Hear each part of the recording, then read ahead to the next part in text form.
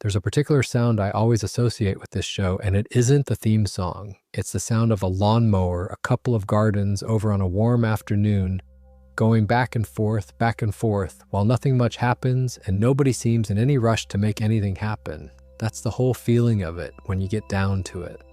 A quiet street somewhere in Texas, a bit of grass, a fence, and a man who would genuinely rather be tending to that grass than doing almost anything else in the world. King of the Hill is a strange thing to love as much as people love it.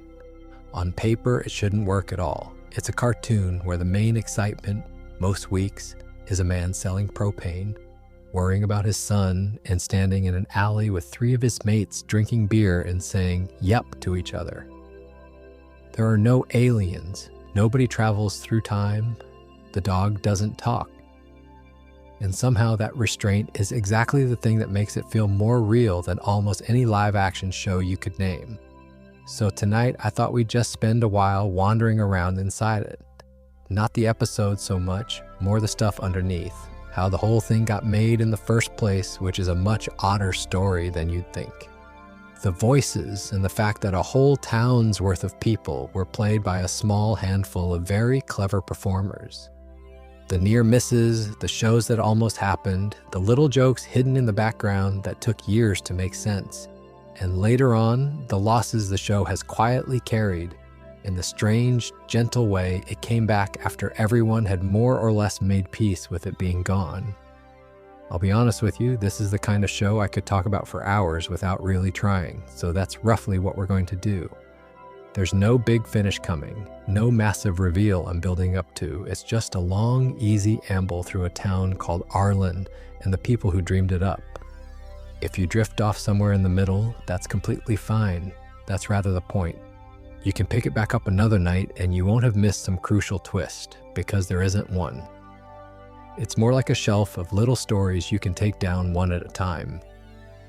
If you're new here and you fancy more of this sort of thing, low-key and long and a bit rambling, do subscribe. It genuinely helps. But that's the only time I'll mention it, so you can settle in now and not worry about being sold anything for the next couple of hours. A quick thing about the show itself, just to set the scene in case it's been a while. King of the Hill first turned up on Fox in January of 1997 and ran for 13 seasons. It follows Hank Hill, a propane salesman with the posture of a man who irons his jeans, his wife Peggy, a substitute teacher with more confidence than the situation usually calls for, and their son Bobby, who is soft and funny and not remotely interested in the things his dad wishes he were interested in. Around them there's Hank's father Cotton, who is a nightmare, and Hank's 3 lifelong friends and a Laotian family next door. And a whole town of people who feel like people you've actually met. That's the furniture. The rest of the house is what we're here for, so let's not rush any of it. Let's start right at the beginning with a cartoon that, by all sensible logic, should never have been allowed to exist. Here's a thing that still makes me smile. The whole reason King of the Hill got made is that a man got very famous for a cartoon about 2 teenage idiots giggling at their own telly, and then decided the next thing he wanted to make was the calmest, most grown-up show imaginable. That man is Mike Judge, and before Arlen, he was the fellow behind Beavis and Butthead. Now, Beavis and Butthead was an enormous deal on MTV in the early 90s. Loud, crude, deliberately annoying, and hugely popular with exactly the kind of people who annoyed everyone else. On the back of that success, Fox signed Judge to a development deal, and what they wanted from him was fairly obvious. They had The Simpsons doing gangbusters numbers, and they wanted a second animated show to sit alongside it. Basically, they wanted another hit just like it, and they'd found a man who'd already delivered one. What Judge gave them was a bloke in Texas who sells propane and irons his jeans. You can imagine the meeting. To be fair to Judge, he knew what he was doing. He'd been given a bit of financial breathing room, and instead of chasing whatever he thought Fox wanted, he sat down and thought about a show he'd actually want to watch himself. Slowly, a town started to come together in his head. He'd spent time in Texas, knew the rhythms of those Dallas suburbs, knew the specific type of decent, stubborn, slightly baffled man that Hank would eventually become. So he drew the characters, wrote a pilot script, and handed it over. And Fox, to their credit, were nervous about it, which I think is the correct response. A grounded, gentle, character-driven comedy set in the American South with no big gimmick was not a guaranteed hit, and everybody knew it. So the network did the sensible studio thing and paired Judge up with someone who'd written proper television before. That someone was Greg Daniels. If you don't know the name, you almost certainly know the work. Daniels had written for Saturday Night Live, had done time on The Simpsons, and had written a much-loved episode of Seinfeld about the four of them trying to find a car. He'd go on later to help make the American version of The Office, so the man knows a thing or two about finding comedy in ordinary people being ordinary at each other. He was, in other words, exactly the right person to hand a show about a man and his lawn. The way the two of them worked it out is lovely, actually. Judge took Daniels on a trip to Texas to give him the feel of the place, drove him around the sort of neighborhoods where Hank might live, showed him the propane shops, let him soak up the particular texture of it all. And Daniels understood immediately, but he also brought a huge amount of his own. He's the one who came up with Cotton, Hank's ghastly little war veteran father. He came up with Luann. He came up with the idea that Dale, one of Hank's mates, should be a conspiracy theorist whose wife is quietly having an affair right under his nose. A lot of the DNA of the show, the emotional wiring of it, came from Daniels sitting down and asking who these people actually were underneath the jokes. There's a nice detail about how Judge felt about all that. Normally, when a writer's brought in to punch up someone else's pilot, they get a credit like developed by, which is a polite way of saying helped out. Judge decided that wasn't right. He thought Daniels had contributed so much that he deserved to be called a co-creator, full stop. And that's how it's credited to this day. I always think that tells you something good about the pair of them. It's a small, quiet act of fairness, which is very on brand for a show that would go on to be about a man who's obsessed with doing the right thing. Now, here's my favorite bit of the origin story, because it's so unlike how these things usually go. When it came time to actually sell the show to Fox, Judge and Daniels didn't animate the full pilot. Animating a whole episode takes months and costs a fortune, and if the network passes, you've spent all that for nothing. So instead they made what's called a pencil test, a rough, sketchy, unfinished little reel, only about 2 minutes long, made back in 1996. And the genius of it is what happens inside those 2 minutes. Rather than just showing a scene, they had Hank Hill himself talk directly to the Fox executives. He breaks the fourth wall completely and pitches them the show about his own life. He introduces his family. He introduces his friends, each in their own voice. He even offers a bit of advice about which advertisers and which sort of accessories would suit the program, and cheerfully predicts which character is going to end up the most popular. It's Hank Hill, a character who doesn't exist yet, doing the sales job for the show he's about to star in. As a pitch, it's completely charming, and honestly, watching it now, you'd greenlight it too. Hank looks straight down the barrel and says, more or less, that they've got the makings of a damn good cartoon here. And he was right. If you ever come across that pencil test online, it's worth 2 minutes of anyone's time.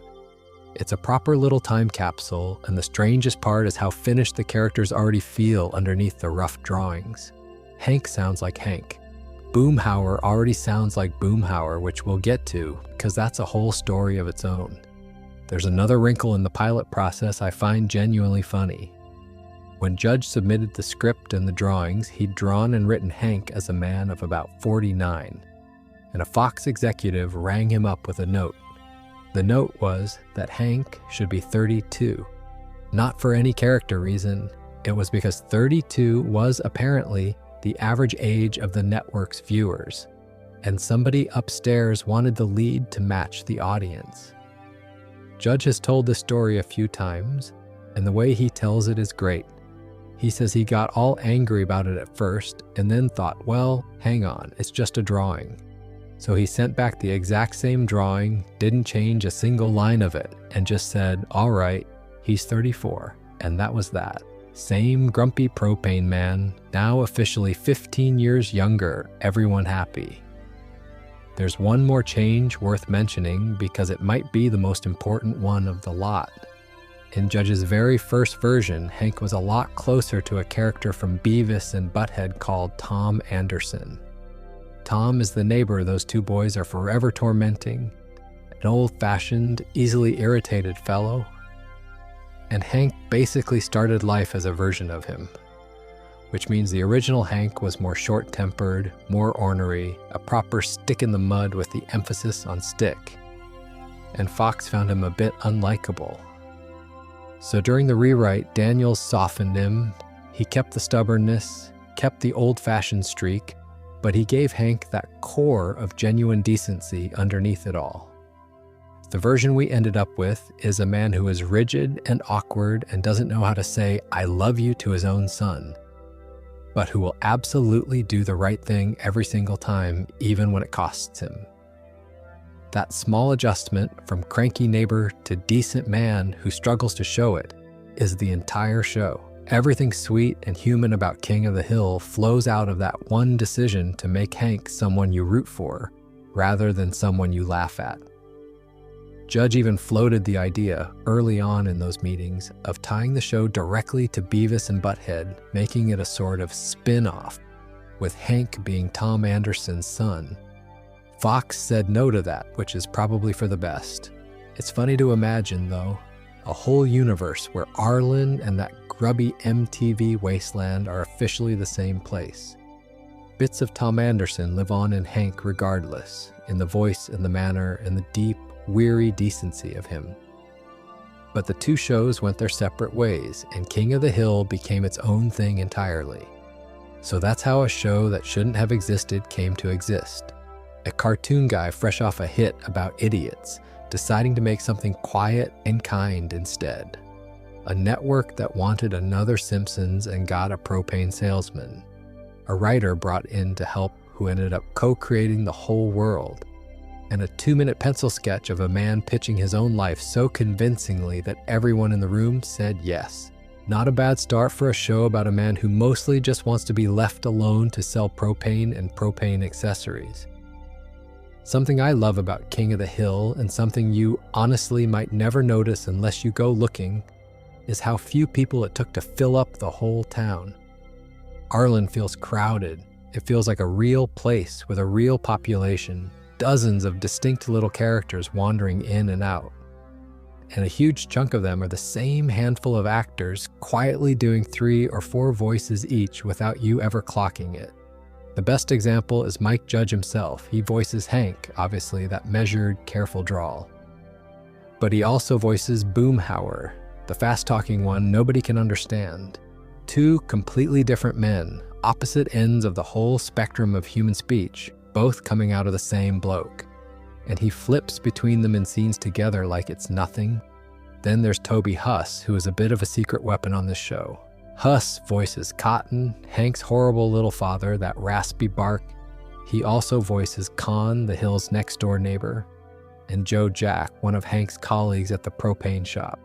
Different men, different rhythms, all Huss. Lauren Tom does the same trick on the other side of that fence, voicing both Connie, the sweet girl next door, and Min, her mum. Stephen Root, who you might know from all sorts of things, voices Bill, the sad, lovely, balding army barber, and also voices Buck Strickland, Hank's boozy old rascal of a boss. Even Amy Peets, before she was well known, popped in early on and did a few different small parts in a single stretch of episodes. It's a proper, old-fashioned way of making a cartoon. Most animation casts double up because back then most productions simply didn't have the budget to hire a separate performer for every single voice. So you get these actors who become a sort of one-person repertory company, quietly holding up half the town. I find that lovely, personally. There's a craft to it that never shows off. But the voice I really want to talk about is Boomhauer, because the story behind it is one of my favorite bits of trivia about any show, full stop. If you've somehow never seen King of the Hill, Boomhauer is one of Hank's 3 closest friends. Tall, blonde, a bit of a ladies' man, drives a nice car. And he talks in this rapid-fire, muddled, almost completely unintelligible stream of noise, absolutely packed with dangle and man, and I tell you what, where you catch maybe one word in 5 and somehow still follow along. It's one of the most distinctive voices in television. And it came from a wrong number, more or less. The story goes like this. Back during the Beavis and Butthead days, Mike Judge got a message on his answering machine. And it was a proper rant. Some fellow, going off at length, angry and rambling and barely coherent, complaining about a cartoon being on the telly too often and not starting right on the hour. Judge thought the man was complaining about Beavis and Butthead, though the funny thing is, by some accounts, the caller was actually cross about something else entirely. And there's a whole muddle about him referring to a show by a mangled name that I won't repeat because it's a bit rude, and frankly, the exact target of the man's fury has got blurry over the years. The sources don't quite agree on what he was even angry about. What everyone does agree on is what Judge did with it. He didn't get offended, he didn't delete it, he kept it, and he turned that rambling, breathless, impossible to follow voice into an entire character. And here's the detail that gets me. In the pilot episode, there's a bit where Boomhauer is on the phone to a social worker, going on and on about the neighbor's dog barking all day and nobody doing anything about it. And that speech is lifted, almost word for word, straight from the actual voicemail. So the very first thing Boomhauer ever says, essentially, is a real angry man's real rant, faithfully reproduced. That's brilliant. Some poor bloke left a furious message on an answering machine and accidentally became one of the most beloved cartoon characters in America. He almost certainly has no idea he might be watching the revival right now, none the wiser. There's a whole side quest you could go on comparing Boomhauer to other characters. People have pointed out he's got a bit in common with Kenny from South Park. Okra, another blonde lad who's a hit with the ladies, keen on fast cars, and impossible to understand, though for entirely different reasons. And visually, he's not a million miles off Johnny Bravo, that other blonde fellow in the black shirt. But the voice is the thing, and the voice came from that answering machine, and I don't think anything quite tops it. While we're on casting, the near misses are worth a wander through because so much of this could have gone differently. Take Dale, the conspiracy nut. Dale is a lot of people's favorite character, this paranoid, chain-smoking, gun-loving exterminator who believes every mad theory going and cannot see the one enormous truth right in front of him, which is that his wife's other man is basically part of the family.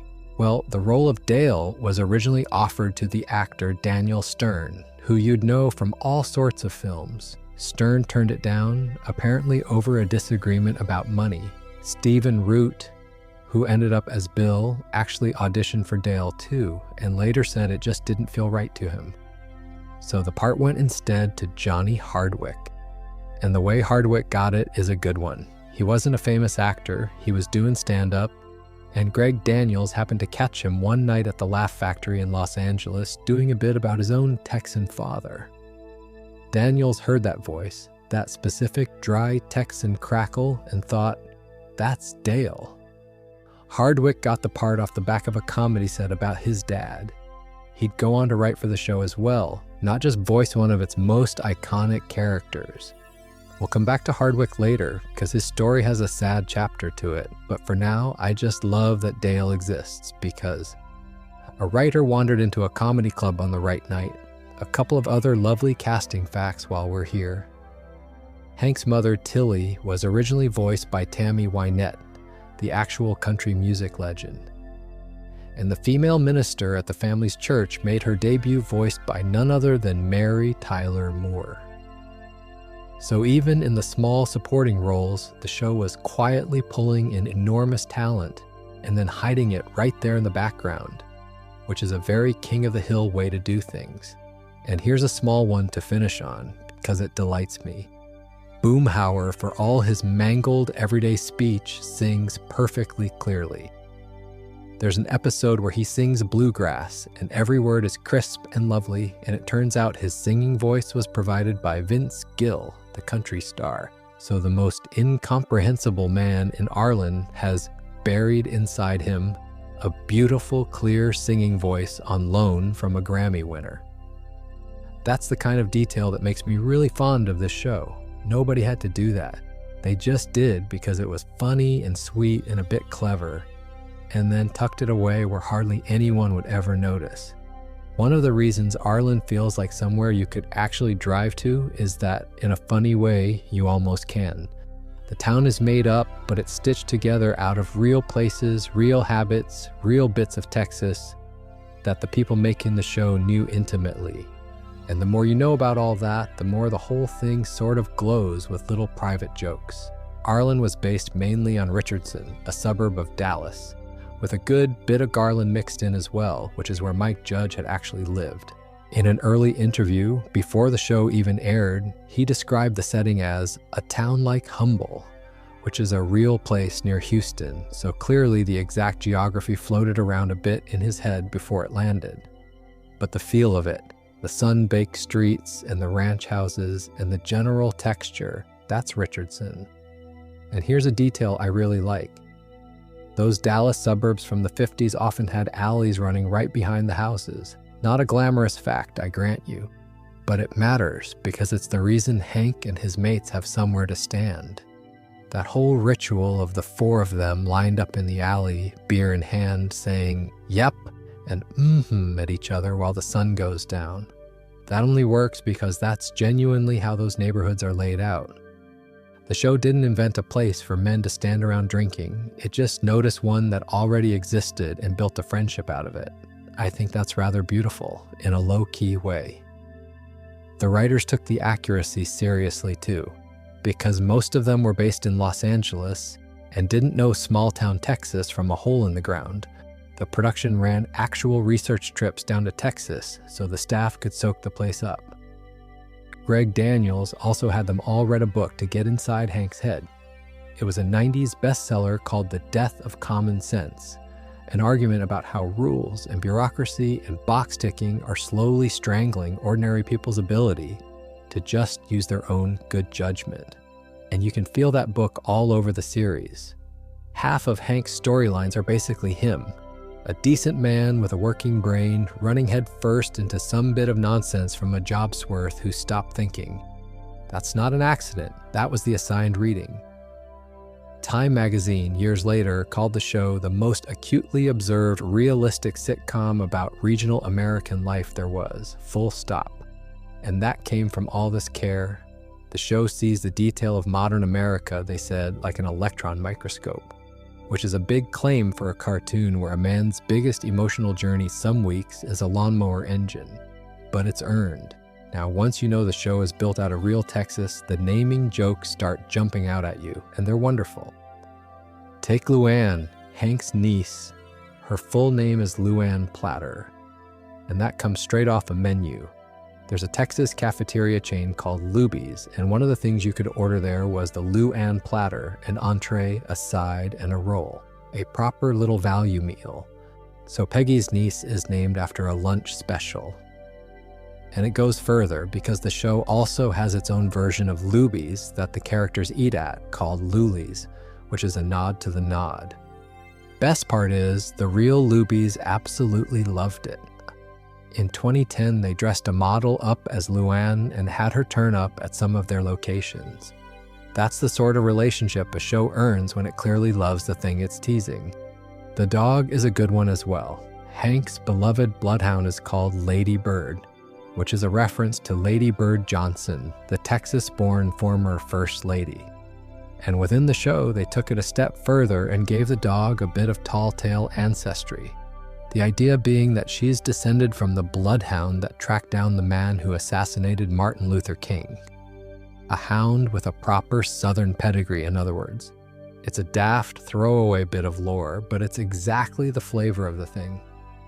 The schools carry it on. The kids mostly go to Tom Landry Middle School, named after the legendary Dallas Cowboys coach, and there's a Staubach Elementary in there too, named after Roger Staubach, the Cowboys quarterback. If you're Texan, and especially if you follow football, these names land like a warm handshake. If you're not, they just sound like ordinary school names, which is the clever bit. The jokes never shove. Then there are the businesses. There's Megalomart, which is the show's version of one of those enormous big box superstores that were busy swallowing small-town main streets in the 90s. And there's Bazoom's, which is, let's say, a family restaurant chain very clearly modeled on Hooters. Even the local school district gets a bit of fun poked at it. Early on, the buses have markings for something called the Heimlich County School District. And later in the run, it quietly becomes the Arlen Independent School District, which is a tiny continuity wobble that nobody was ever meant to notice. Speaking of tiny wobbles, here's a fun one for the sort of person who pauses shows to squint at details. The Hill's street address is not consistent. At various points across the series, their house number on Rainy Street is 123, and elsewhere it's 320, and elsewhere it's 84, and it just sort of drifts back and forth. It's the kind of thing you only catch if you're really paying attention, and honestly, on a show this careful about the big feeling of a place, I find the small carelessness about the exact house number quite charming. They nailed the soul of the street and couldn't quite be bothered about the numbering. Fair enough, really. And I can't do a whole section on the realness of it without mentioning the propane. Hank sells propane and propane accessories, and he says that phrase with the reverence most people reserve for religion. The show treats propane as a genuine subject, a craft, a source of pride and identity, and it never once winks at you about how silly that is on the surface.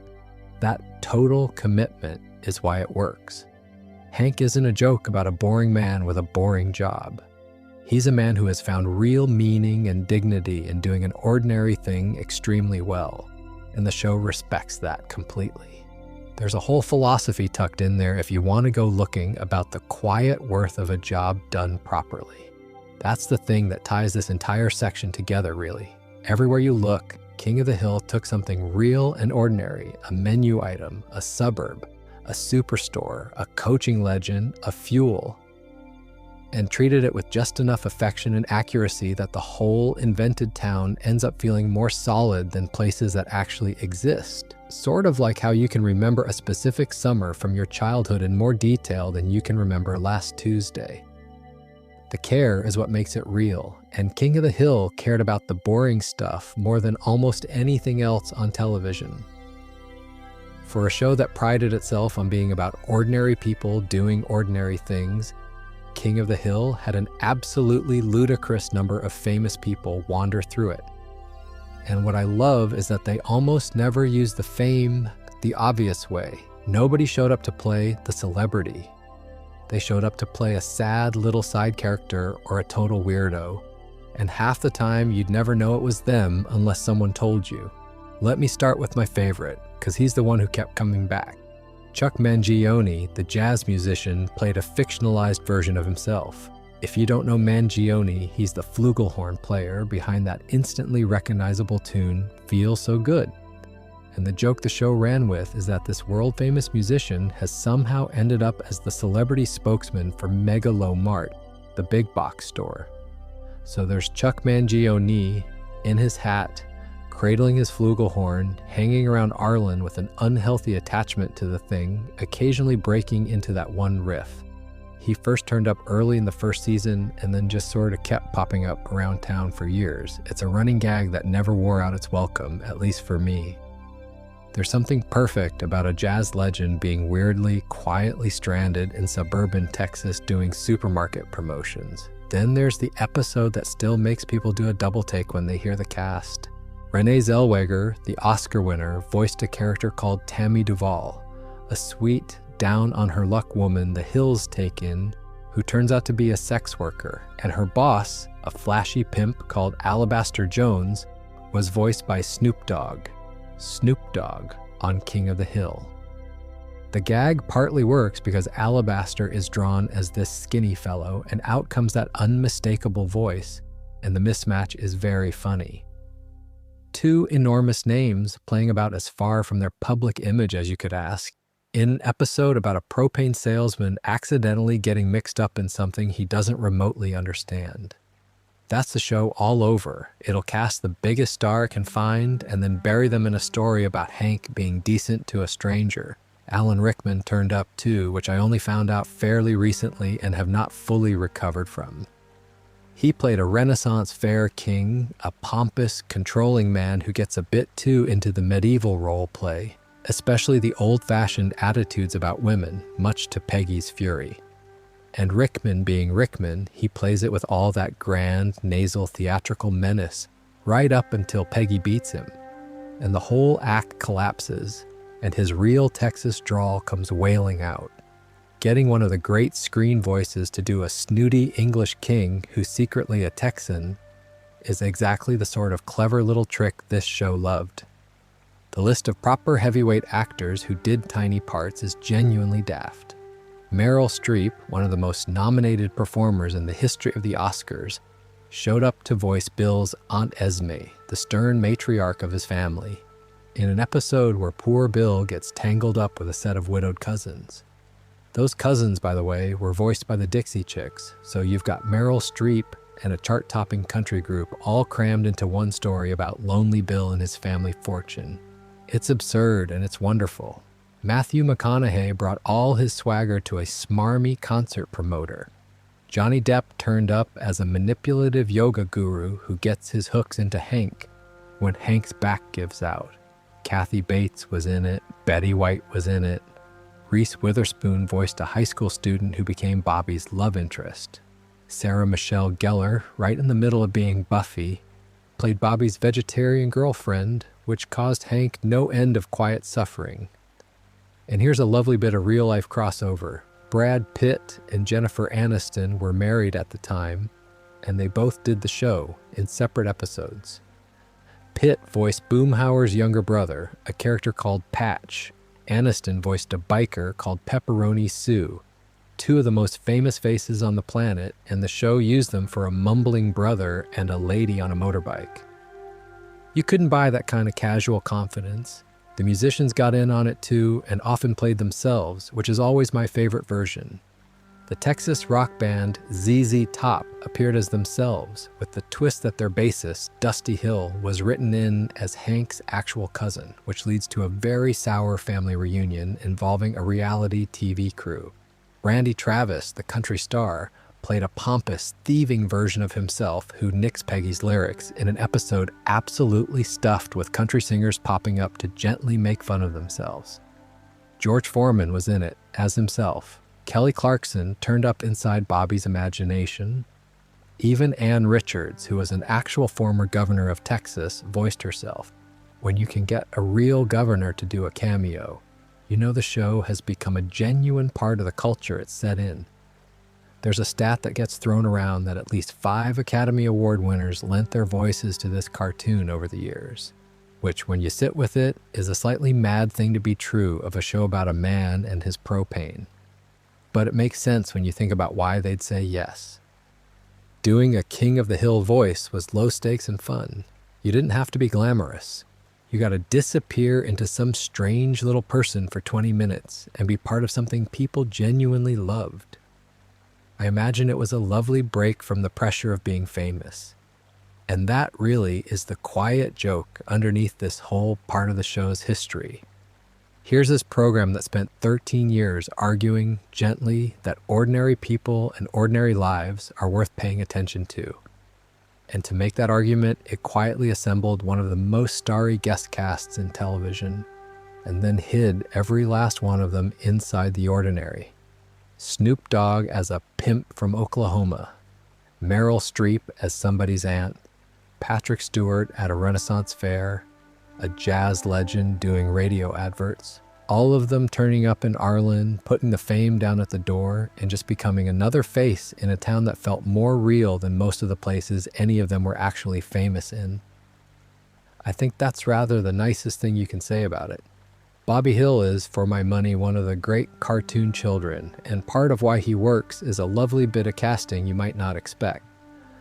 Bobby, a chubby, gentle, funny 12-year-old boy, is voiced by a woman, Pamela Adlon, and she's so good at it that in 2002 she won an Emmy for the performance, an actual Emmy for voicing a made-up teenage boy. When you hear it put like that, it sounds strange, but the moment you watch a single Bobby scene, it makes complete sense. She gives him this soft, hopeful, slightly wobbly quality that's the whole heart of the show. Bobby is the engine of the emotional stuff, really. His dad, Hank, wanted a certain kind of son. A boy who loves football, who's good with tools, who wants to grow up and stand in the alley and drink beer and say, "Yep." And Bobby is just not that. Bobby likes comedy, he likes performing, he's sensitive and a bit odd and completely himself. And the running ache of the whole series is Hank looking at this boy he loves enormously and quietly not understanding a word of him. Hank's most famous line about his own son is a baffled little sigh. That boy ain't right. And there's a whole world of confused love packed into it. The show won 2 Emmys across its run, and Adlon's was one of them. The other came in 1999 for Outstanding Animated Program. 2 wins, 7 nominations in total. Not a bad haul, though it always felt like the show flew a bit under the awards radar compared to its flashier neighbors, which honestly suits its whole personality. It was never going to be the loud one at the party. Here's a bit of Bobby-adjacent trivia I like. His best mate, Joseph, was actually recast partway through the series, and the reason is one of the most in-character reasons for a recast I've ever heard. Early on, Joseph was voiced by Brittany Murphy, who also voiced Luann, but then the show made a deliberate choice to have Joseph hit puberty more or less overnight, shooting up into a gangly, cracking-voiced teenager while Bobby stayed a soft little kid. And once Joseph's voice had broken in the story, it didn't make sense for a woman to keep voicing him, so the part went to Breckin Meyer. So the recast wasn't some behind-the-scenes drama, it was written into the world. The character grew up, so the voice grew up with him. I find that a genuinely charming way to handle it. And that points at something that makes King of the Hill quietly unusual among cartoons. It let its characters age and change. Most animated sitcoms freeze everybody in place forever. Bart Simpson has been in the 4th grade for over 30 years. That's the deal with cartoons, and there's a solid business reason for it. Networks like their animated shows to be timeless because it means you can shuffle the episodes into any order for repeats, and nothing ever contradicts anything. In fact, the story goes that Fox actively pushed King of the Hill to avoid ongoing arcs and character development for exactly that reason. Keep it interchangeable, keep it evergreen. But Judge and Daniels, and later the writers who took over, kept sneaking growth in anyway. Little arcs. Bobby's comedy tastes slowly maturing over the years, drifting from wanting to be a prop comic with silly gags toward more of an observational thing, which is a genuinely realistic way a kid's sense of humor evolves. Luann quietly becoming more independent and educated as the series went on, especially after some hard knocks in her life. Characters acknowledging that time was passing. For an animated show, that's rare, and it's a big part of why these people feel less like cartoon characters and more like folks you've known for years. Mind you, the drift wasn't always deliberate, and some of it's a bit funny to track. Peggy, for instance, starts the series as a substitute Spanish teacher who can actually speak very little Spanish. By a few seasons in, a big recurring joke is that Peggy is terrible at Spanish and wildly overconfident about it. Her competence quietly evaporated to serve the comedy, and if you watch from the start, you can almost see the exact point where the writers decided she was funnier as a woman with more ego than ability. Luann had a similar wobble. Early on, she's a genuinely skilled mechanic, competent enough that Hank, a man who treats his truck like a family member, lets her work on it unsupervised. Later, she becomes much more of a sweet ditz. The characters found their final shapes over time, the way people in long-running things tend to, and the early episodes are a lovely little record of them before they'd fully settled. The thing all this builds toward, though, is Hank and Bobby, because that's the thread the whole series is secretly about. And the way it finally resolves is so perfectly, quietly King of the Hill that I have to mention it, even though we're saving the proper ending for later. For 13 years, Hank tries to find the one thing he and his son can share. Sport doesn't do it. The manly stuff doesn't do it. And then, right at the very end, they find it. And it's not football or fixing engines. It's grilling, judging cuts of beef. Standing at the barbecue together, Hank teaching Bobby to tell a good piece of meat from a bad one, and Bobby actually being interested, actually being good at it. That's the payoff to the entire show. A dad and a son who spent years not quite reaching each other, finally standing side by side over some stakes. No big speeches, just a shared thing found at last. I think that's why Bobby lands the way he does. He's not the comic relief kid, and he's not a lesson in a bow tie. He's a real portrait of what it's like to be a soft child of a stern parent, and of a stern parent trying his absolute hardest to love a child he doesn't understand. Adlon's performance holds all of that gently for the entire run. A grown woman voicing a little boy, and somehow making him one of the most true-feeling children on television. That boy might not have been right in Hank's eyes, but he was always exactly right for the show. Here's a strange one, and it's the sort of thing that only happens to shows the network can't quite make up its mind about. King of the Hill didn't end once. It sort of ended several times and kept getting talked back off the ledge, and the story of that is genuinely funny once you know it. The clearest example is the 11th season. By that point, Fox had decided to cancel the show, and I mean properly decided. So the team wrote and produced an episode called Lucky's Wedding Suit, specifically to work as a finale. It's a lovely, tidy send-off. Luann, Hank's niece, finally marries Lucky, her sweet layabout of a boyfriend, and moves into a house just across the street. It's got that full circle feeling, the girl who turned up needing a home at the start of the series. Now settled and happy with a place of her own. As series finales go, it does the job beautifully, and then everyone actually left. Mike Judge has told this story, and the way he puts it is that the cancellation was so complete that the staff moved out. Cleaned out their desks, everyone gone. The show was, by every measure anyone could see, finished and buried. And then Fox changed its mind and ordered more episodes. You can imagine the phone calls. Everyone's packed up their offices, said their goodbyes, made their peace with it being over. And then the network rings round and says, actually, could you all come back and make another couple of years of it? Which they did. The show ran on for another 2 seasons after the funeral it had already thrown for itself. Fox had formed for this mind. It's the same network that famously canceled Family Guy and then brought it back when the reruns and DVDs did enormous business. King of the Hill got the exact same treatment, just with less fanfare because King of the Hill got most things with less fanfare. There was also a stretch where the show got shuffled around the schedule in a way that didn't do it any favors. At one point, Fox moved it off Sunday nights, where it had always lived, tucked in among the other animated shows, and stuck it on Tuesdays. And it just didn't take. The show spent a low-rated year in that Tuesday slot before being quietly moved back to Sundays where it belonged. Some shows are Sunday evening shows in their bones, and this was absolutely one of them. There's something about that unhurried, end-of-the-weekend, slightly melancholy feeling that fit Arlen perfectly, and Tuesday just wasn't it. Now here's a proper bit of hidden history, the kind of thing that could have completely changed the show if it had gone ahead. There was an early draft idea, shared years later by one of the show's writers and producers, Jim Doe Treve, that would have set the entire series over the span of just 1 year. It all begins when Luann moves in with the Hills, and the whole run supposedly takes place within 12 months of that. There's even a gag written in where Hank marvels that it's only been a year since Luann's mom stabbed her dad with a fork, and she came to live with them because it honestly feels like 10. Which is a nice wink at how much these shows cram in. The strangest part of that draft is what it would have done to the show. To make the 1-year timeline work, it apparently would have recast some of the show's craziest episodes as hallucinations.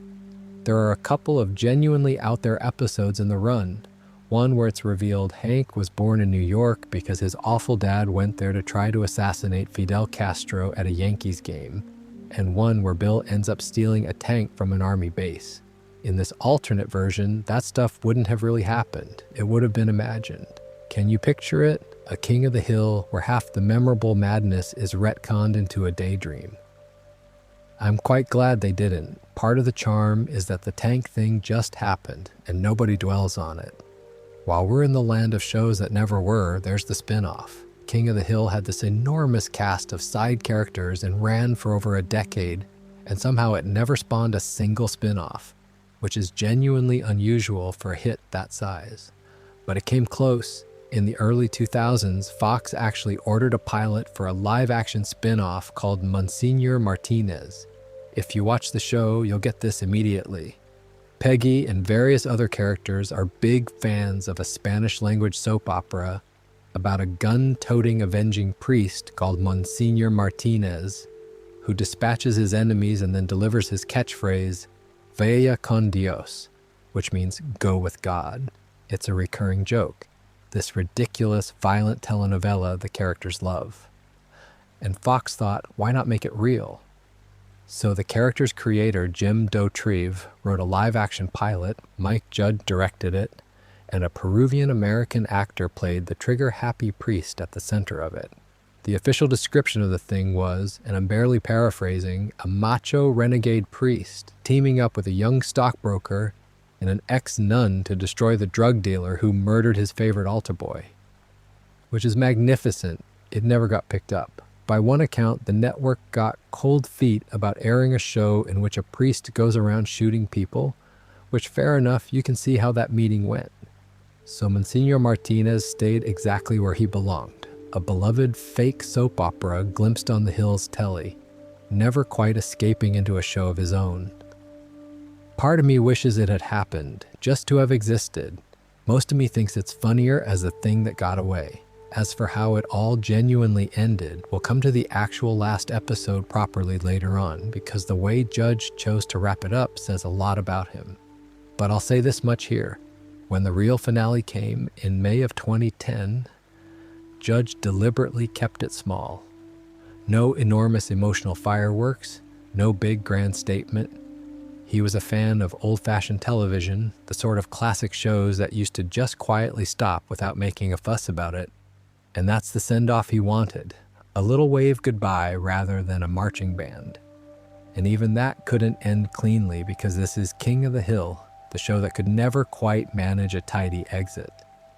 There were 4 more episodes already made and sitting in a drawer, and rather than air on Fox, they were bundled off into syndication the following year, turning up on local stations and then on late-night reruns, which drove the tidy-minded television archivists slightly mad because it means the finale aired and then 4 brand new episodes turned up after it. A perfect, slightly shambolic ending for a show that spent its whole life almost ending. It didn't so much conclude as gently trail off, and honestly, that feels exactly right for Arlen. Since we've already talked about where Boomhauer's voice came from, that angry message on the answering machine, I want to spend a little while just on the man himself because he's a wonderfully strange creation the more you look at him. Of all 4 of the friends in the alley, he's the one the show tells you the least about, and that turns out to be completely on purpose. Here's the big one. For the entire original run, 13 seasons, nobody knew what Boomhauer did for a living. It was kept deliberately, teasingly vague. He'd drop these little non-committal hints, never quite enough to pin down. He's clearly not short of money. He's got a nice car, a nice enough life, plenty of free time to stand around in an alley on a weekday. But an actual job, a mystery, the writers just quietly refused to answer it year after year. And then, in the very last moments of the series, they finally showed you. In the finale, there's a close-up on his open wallet sitting on his bedroom dresser, and inside it is a Texas Ranger badge. He's a Texas Ranger, has been the whole time, presumably. 13 years of standing in an alley drinking beer, and this fast-talking blonde ladies' man turns out to be law enforcement, one of the most respected law enforcement outfits in the state, no less. You never once see him do the job.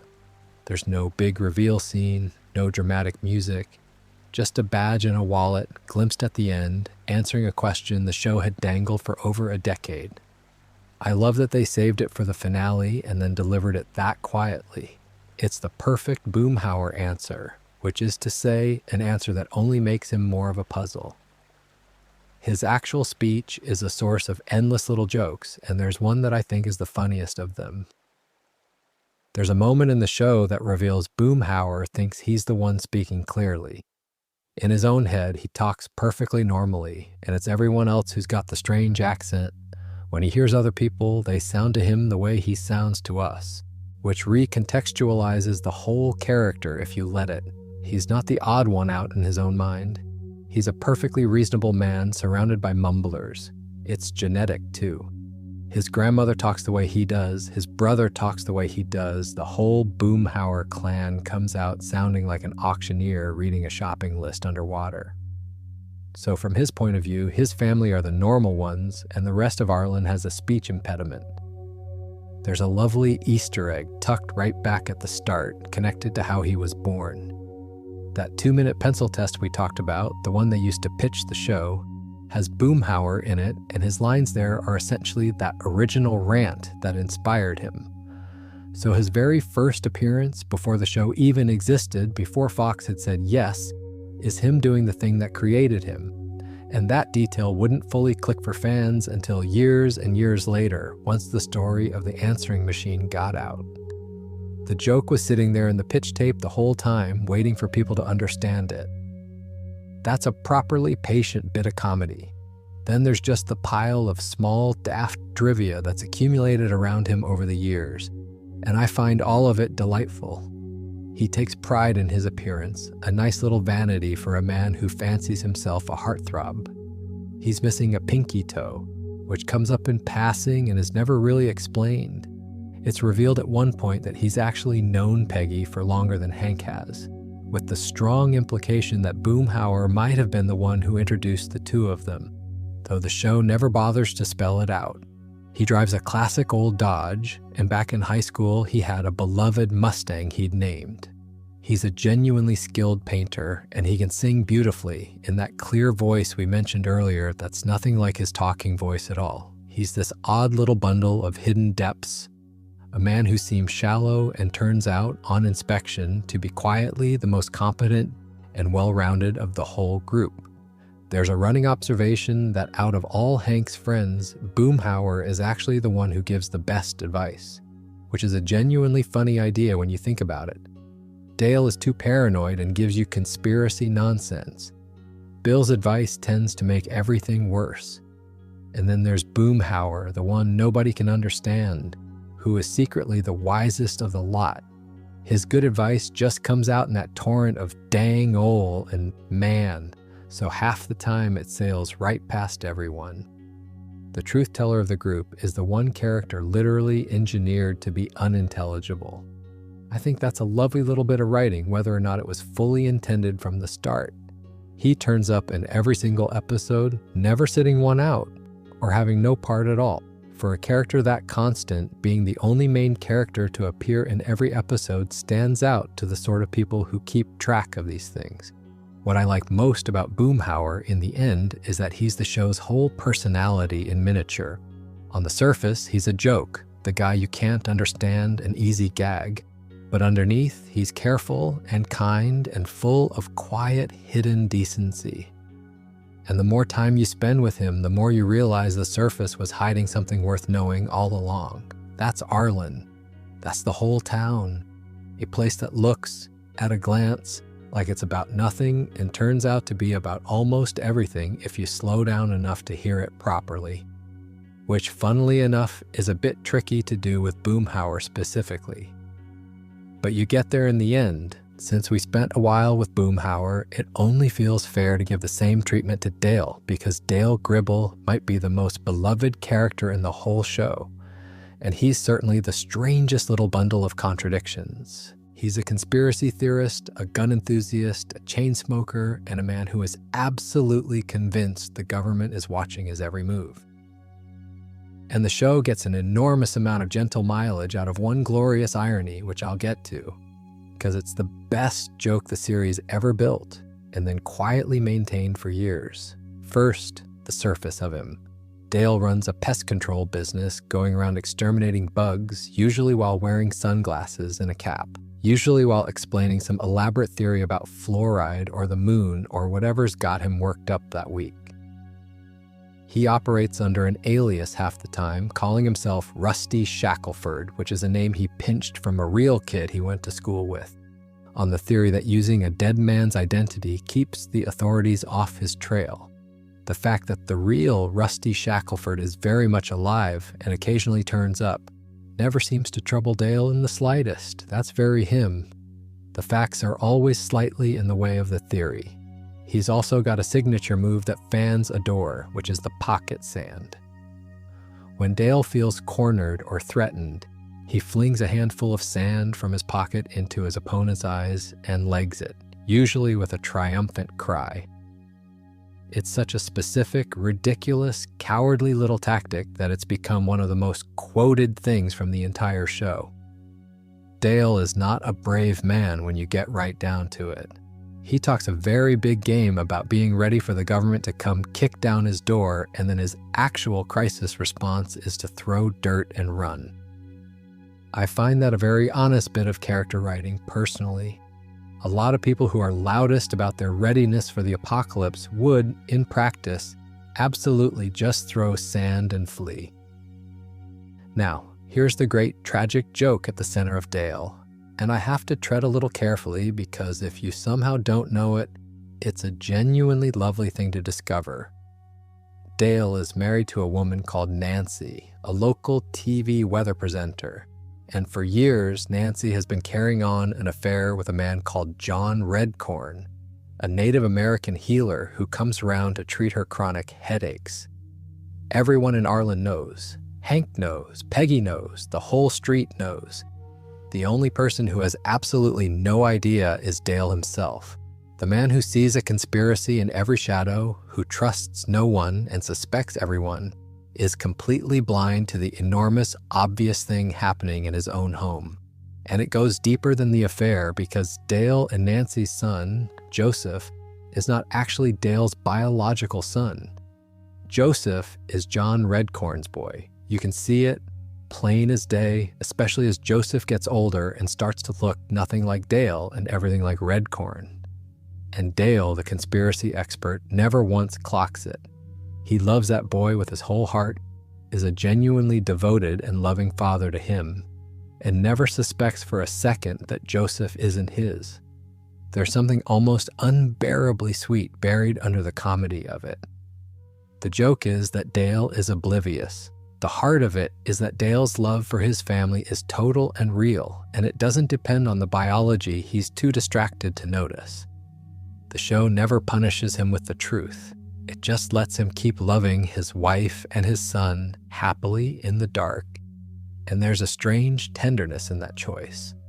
The whole gun club side of Dale gives the writers another running gag I'm fond of, which is that Dale and all his heavily armed buddies are, to a man, terrible shots. They've got the gear, they got the swagger, they got the constant readiness for a firefight that's never coming. And they couldn't hit a barn from the inside. It's the same joke as the pocket sand, really. All the performance of being dangerous, none of the actual danger. There's even a running bit of logic in the show that stretches this to Dale's own father, Cotton's contemporaries. The enemy soldiers who supposedly only managed to blow the shins off Hank's dad rather than finish him off entirely, which tells you the bad aim runs deep in that world. What holds Dale together as a character and stops him from being just a collection of gags is his loyalty. Underneath all the paranoia, Dale is a fiercely devoted friend. When it actually matters, when one of the group is in real trouble, Dale shows up in his own bizarre way. His friendship with Hank in particular is one of the quiet engines of the show. Hank finds Dale exhausting and often ridiculous and would still do anything for him. And Dale, for all his talk of trusting no one, trusts Hank completely. That's a real friendship, drawn with a lot of care, hiding under a lot of nonsense about black helicopters. There's a bittersweet thread to Dale that we have already touched on elsewhere, so I'll only nod to it here rather than go back over it. The man who voiced him for all those years brought so much specific, crackling life to the character that when it came time to bring the show back, there was really no replacing what he'd done, only honoring it. Dale on screen, though, carries on exactly as he always has. Still suspicious of everything, still missing the one enormous truth in his own living room. still ready to throw sand and run at the first sign of trouble. Some characters you just don't want to change, and Dale is very much one of them. I think the reason Dale lands so hard with people is that he's the show's biggest joke and its biggest heart at the same time. On paper, he's a ridiculous man who believes ridiculous things and can't see what's right in front of him. In practice, he's a loving husband and a doting dad and a loyal friend. And the show loves him far too much to ever let the cruel version of his story actually land on him. He gets to keep his family and his happiness and his mad theories, all of it, right to the end. Which, for a character who's convinced the whole world is out to get him, is about the kindest fate a show could hand a man. And that brings us naturally to Peggy, because if we're wandering through the people of Arlen, we can't skip Hank's wife, who is one of the great comic creations of the whole thing. Peggy is voiced by Kathy Najimy, and she's a very particular sort of person, the kind you've almost certainly met, and possibly been at some point. Peggy is enormously confident. Peggy is sure she is brilliant at everything. And Peggy's actual level of ability is, let's say, more modest than her own opinion of it. The gap between the two is where a lot of the comedy lies. The definitive Peggy detail, the one that tells you everything, is that she considers herself the greatest Boggle player in the state, possibly the world. Boggle, the little word game where you shake up letter dice and race to spot words. Peggy takes it deadly seriously and regards her supremacy at it as a core part of her identity. There's something so perfect about that. Not chess, not some grand intellectual pursuit. Boggle. She's built a huge portion of her self-image around a boxed word game, and she'll defend that crown to the death. I love her for it. She works at the start as a substitute Spanish teacher, and we've already had a bit of fun with how her grasp of the language quietly slid downhill as the series found her comic shape, so I won't go back over that. But it's part of a bigger pattern with Peggy, which is that she throws herself into an incredible number of careers and projects across the show, always convinced she's about to become a huge success, always with more enthusiasm than the situation strictly warrants. Substitute teacher, newspaper columnist, real estate agent, notary public, all sorts. She approaches each one like destiny is calling. Peggy's ambition is genuinely one of the most human things about her, actually. She wants to be significant. She wants to matter and be recognized. And the show is fond enough of her that it lets that ambition be sweet as often as it lets it be funny. Here's a lovely small bit of trivia. Everyone knows her as Peggy, but her legal name is Margaret, and her middle name is a bit of a mystery, the show only ever revealing that it starts with a J. So there's a whole tiny puzzle box built into the lead woman's name that the writers just left hanging, never bothering to solve. She's Margaret J. Hill, and the J is anyone's guess. She's originally from Montana, which is a nice detail that sets her slightly apart from the deeply Texan world she's married into. Peggy's a transplant, a big personality who landed in Arlen and decided to become the most Texan woman in it. In that way, converts often outdo the natives. I have to mention the feet because you cannot do a proper tour of Peggy Hill without the feet. Peggy has famously enormous feet, size 16, and the show turns this into a whole recurring thing.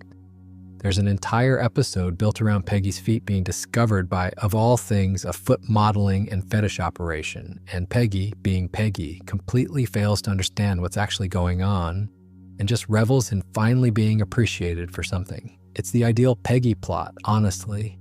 Her vanity and her cluelessness working together, her genuine delight at being admired sailing straight past the deeply strange reason she's being admired.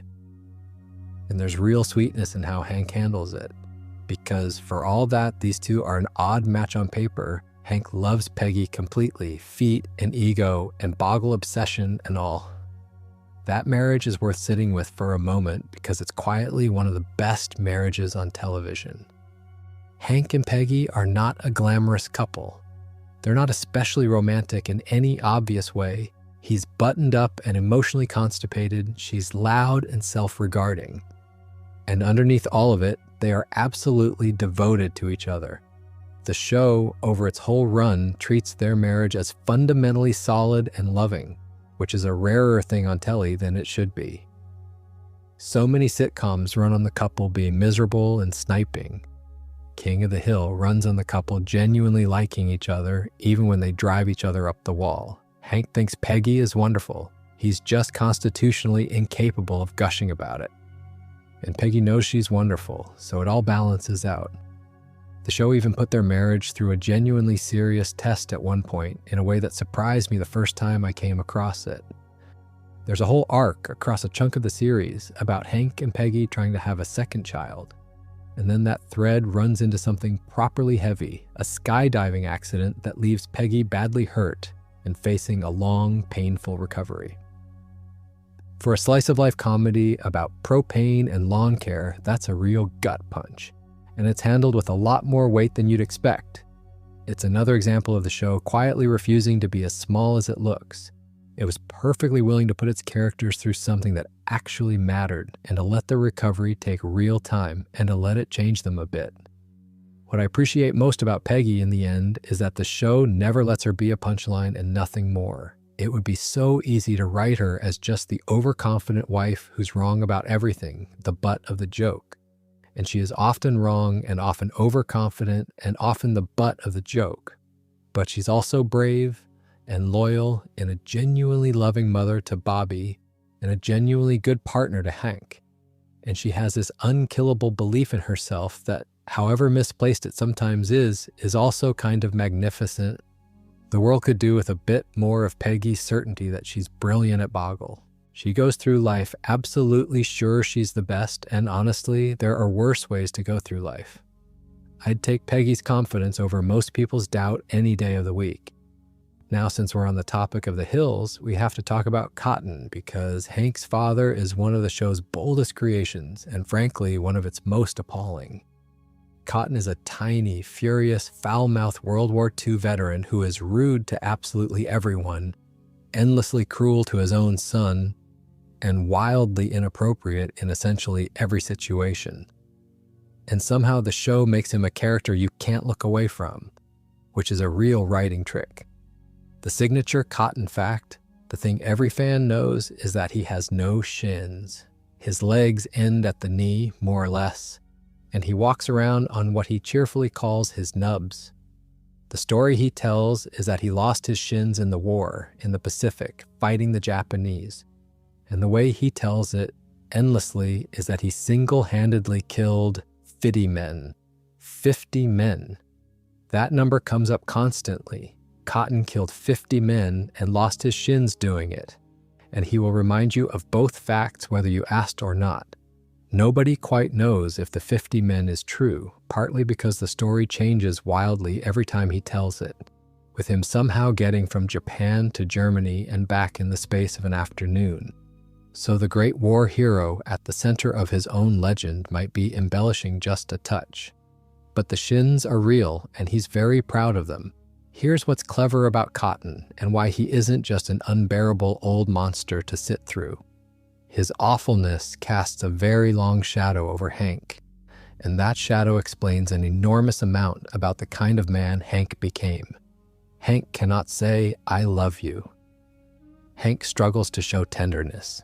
Hank is stiff and awkward and buttoned up in exactly the ways a boy raised by Cotton Hill would end up stiff and buttoned up. So Cotton isn't just there for shock value. He's the reason Hank is the way he is.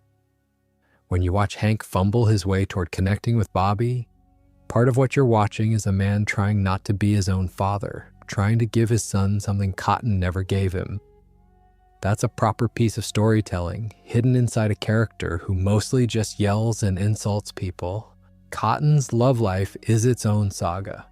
He divorced Hank's mother, Tilly, a kind woman who moved away and got a much gentler second act to her life, and who was originally voiced, as we touched on earlier, by a genuine country legend.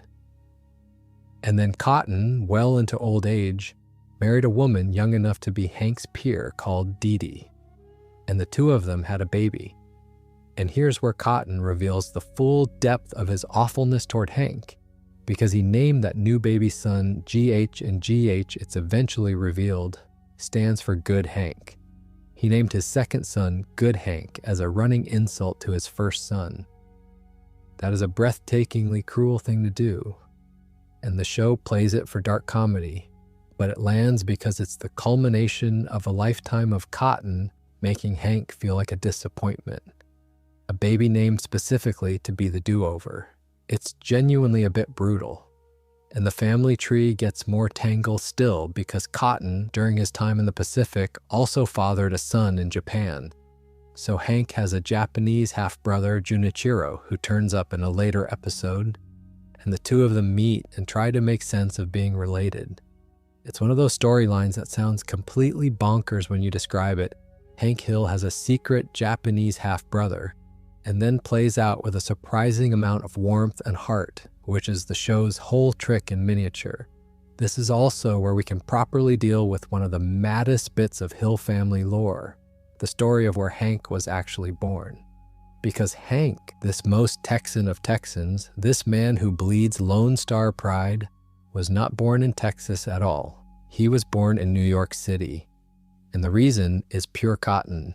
The story the show tells is that Cotton had traveled to New York with the intention of assassinating Fidel Castro, who was going to be at a Yankees game, and Hank's mother went into labor while they were there. So Hank Hill, propane salesman of Arlen, Texas, entered the world in a ladies' room at Yankee Stadium because his lunatic father was on a personal mission to shoot a foreign leader at a baseball game.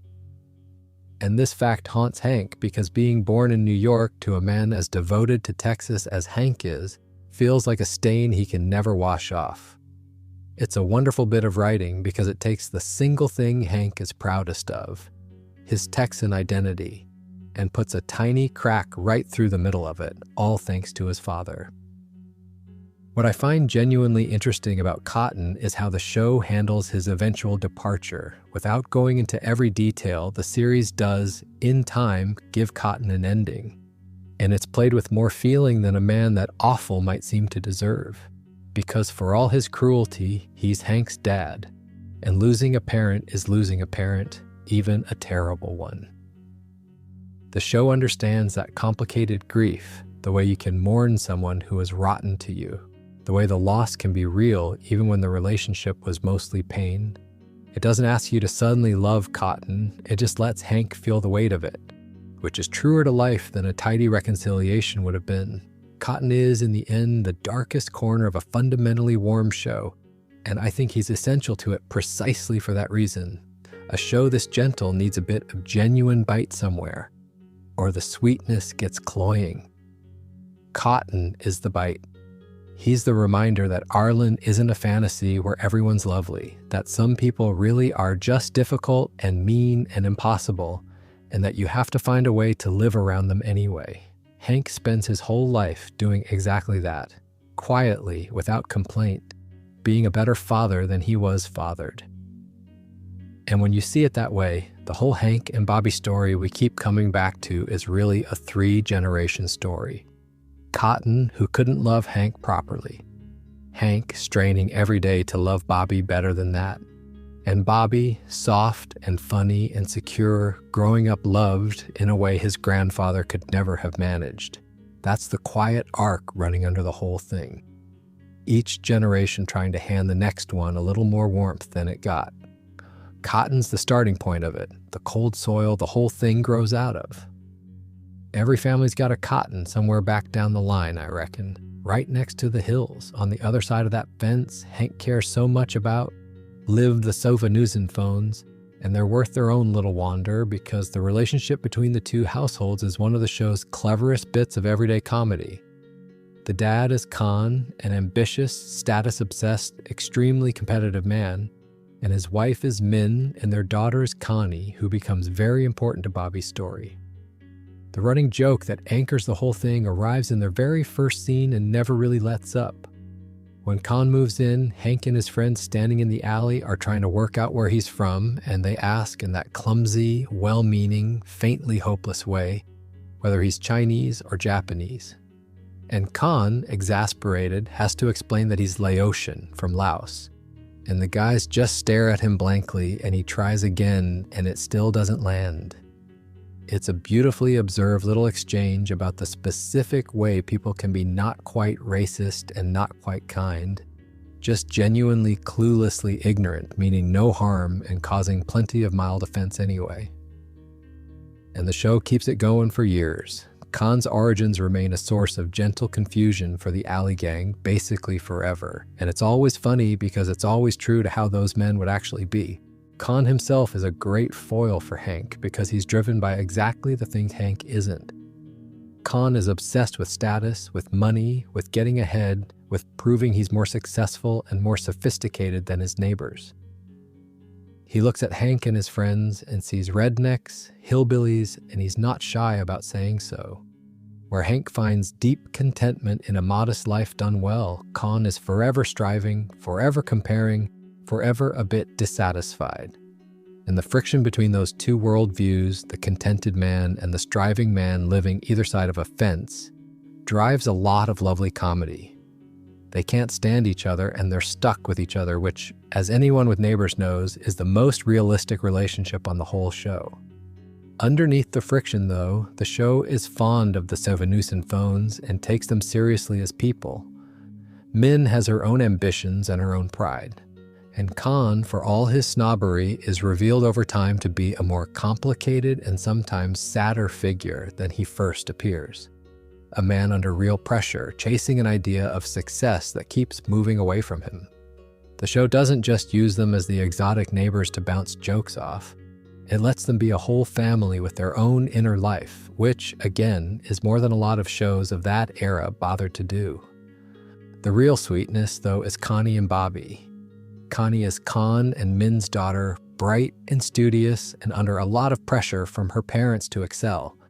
And she and Bobby fall into this tender, awkward, on and off young romance that runs through a big chunk of the series. It's genuinely one of the most charming depictions of first love and teenage friendship I can think of in animation. They're just two kids who like each other from two very different households, navigating homework and parents and growing up. There's nothing cynical in it at all, and it pays off nicely in the revival, where we find grown-up Bobby still surrounded by the friends he grew up with. That whole little world of Arlen kids having come up together and stayed close. The seeds the show planted in these young friendships grew into something you can still see all these years later.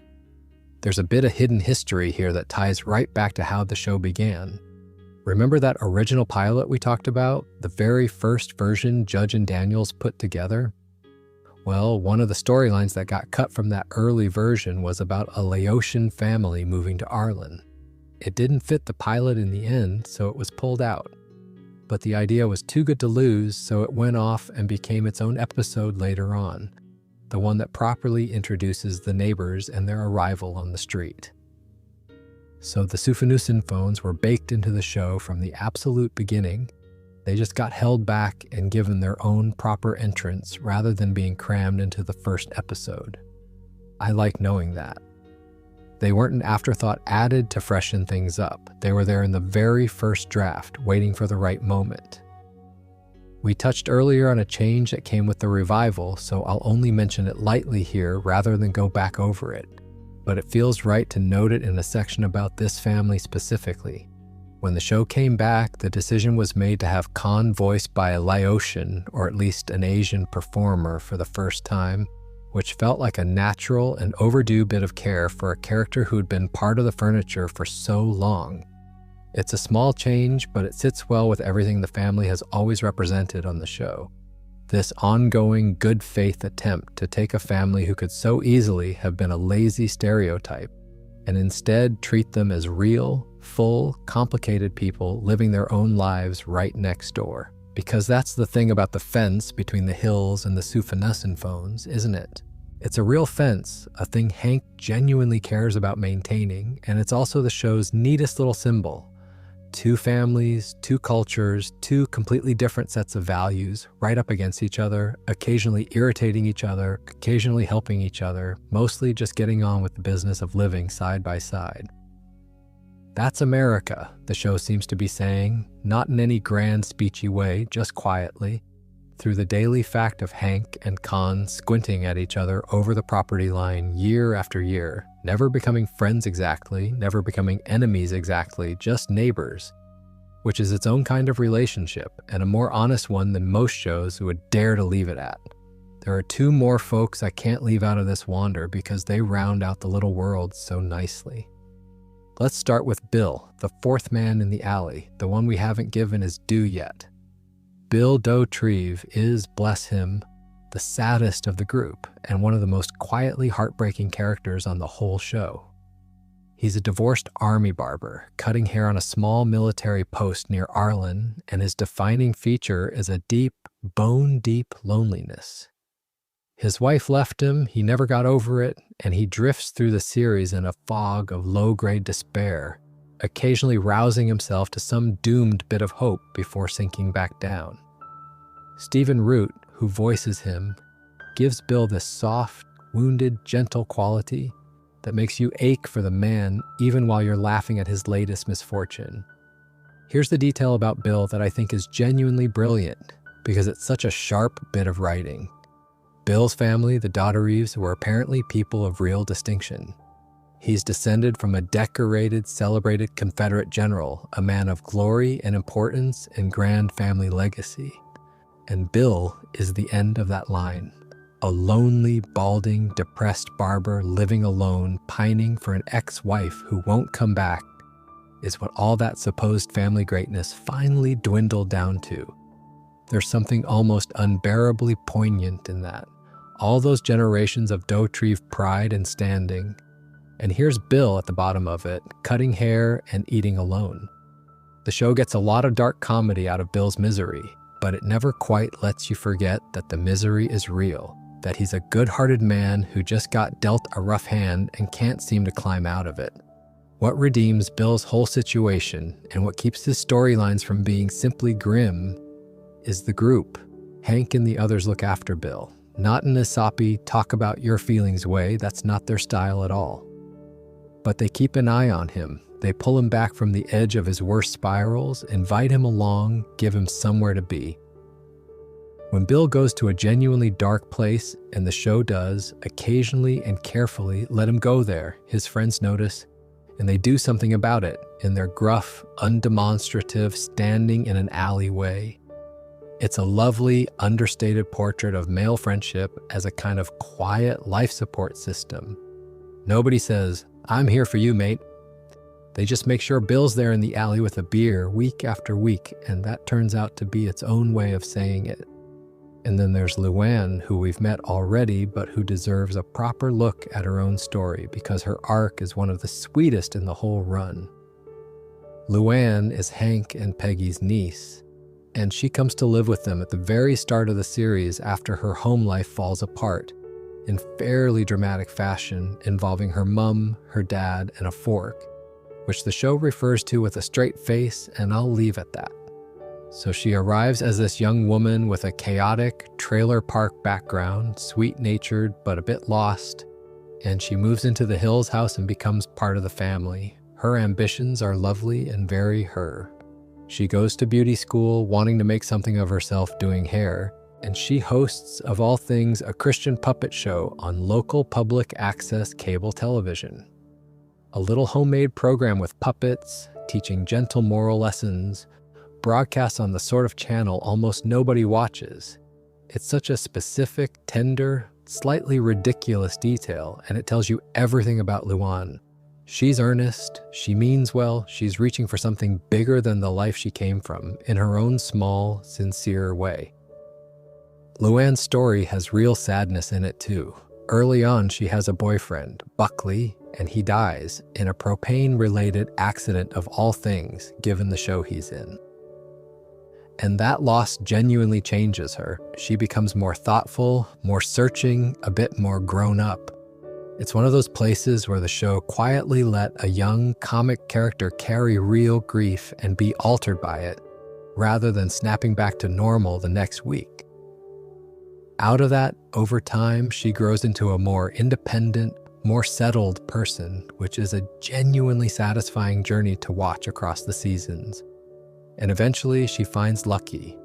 And this is where I get to drop one of my favorite bits of character trivia in the whole show. Lucky, her eventual husband, gets his nickname from the source of his entire income, which is a legal settlement. He slipped in a puddle of urine at a Costco, sued, and walked away with a cash settlement of over $50,000, which he has essentially lived off ever since. That's it. That's Lucky's fortune and his whole approach to life. He slipped in some wee at a warehouse store and turned it into a modest, workless existence, and he considers himself, accurately by his own logic, a lucky man. I find that completely perfect. It's crude and daft, and somehow also a weirdly sweet philosophy of contentment. Lucky doesn't want much, and he got just enough, and he's happy. There's a whole world view in there. The two of them, Luann and Lucky, end up together and have a daughter, Gracie, and settle into a life of their own not far from the hills. Which closes Luann's loop rather beautifully. She arrived as a lost girl needing a family to take her in, and she ends up with a family of her own, a husband and a baby and a home, having found her feet completely, from fork in the kitchen chaos to a settled little life across the way. That's a proper arc, quietly delivered over years, for a character who started out looking like she'd just be the pretty ditz. When you put Bill and Luann side by side like this, you can see the show's whole heart in them. Here's Bill, a man from a grand family who ended up with almost nothing, lonely and adrift. And here's Luann, a girl from nothing, who slowly built herself a real life. Two opposite directions, two people the show treats with enormous tenderness, neither of them a punchline in the end. Arlen is full of people like that, people the world would overlook, and the show's whole quiet project is to look at them properly and find the dignity and the comedy and the ache in each one. It's a generous way to make a television program. You watch it and you end up rather protective of the pair of them. Here's a fun detail to sit with. For its whole life, King of the Hill lived right next door to the most famous cartoon on the planet, and that shaped everything about how it was seen.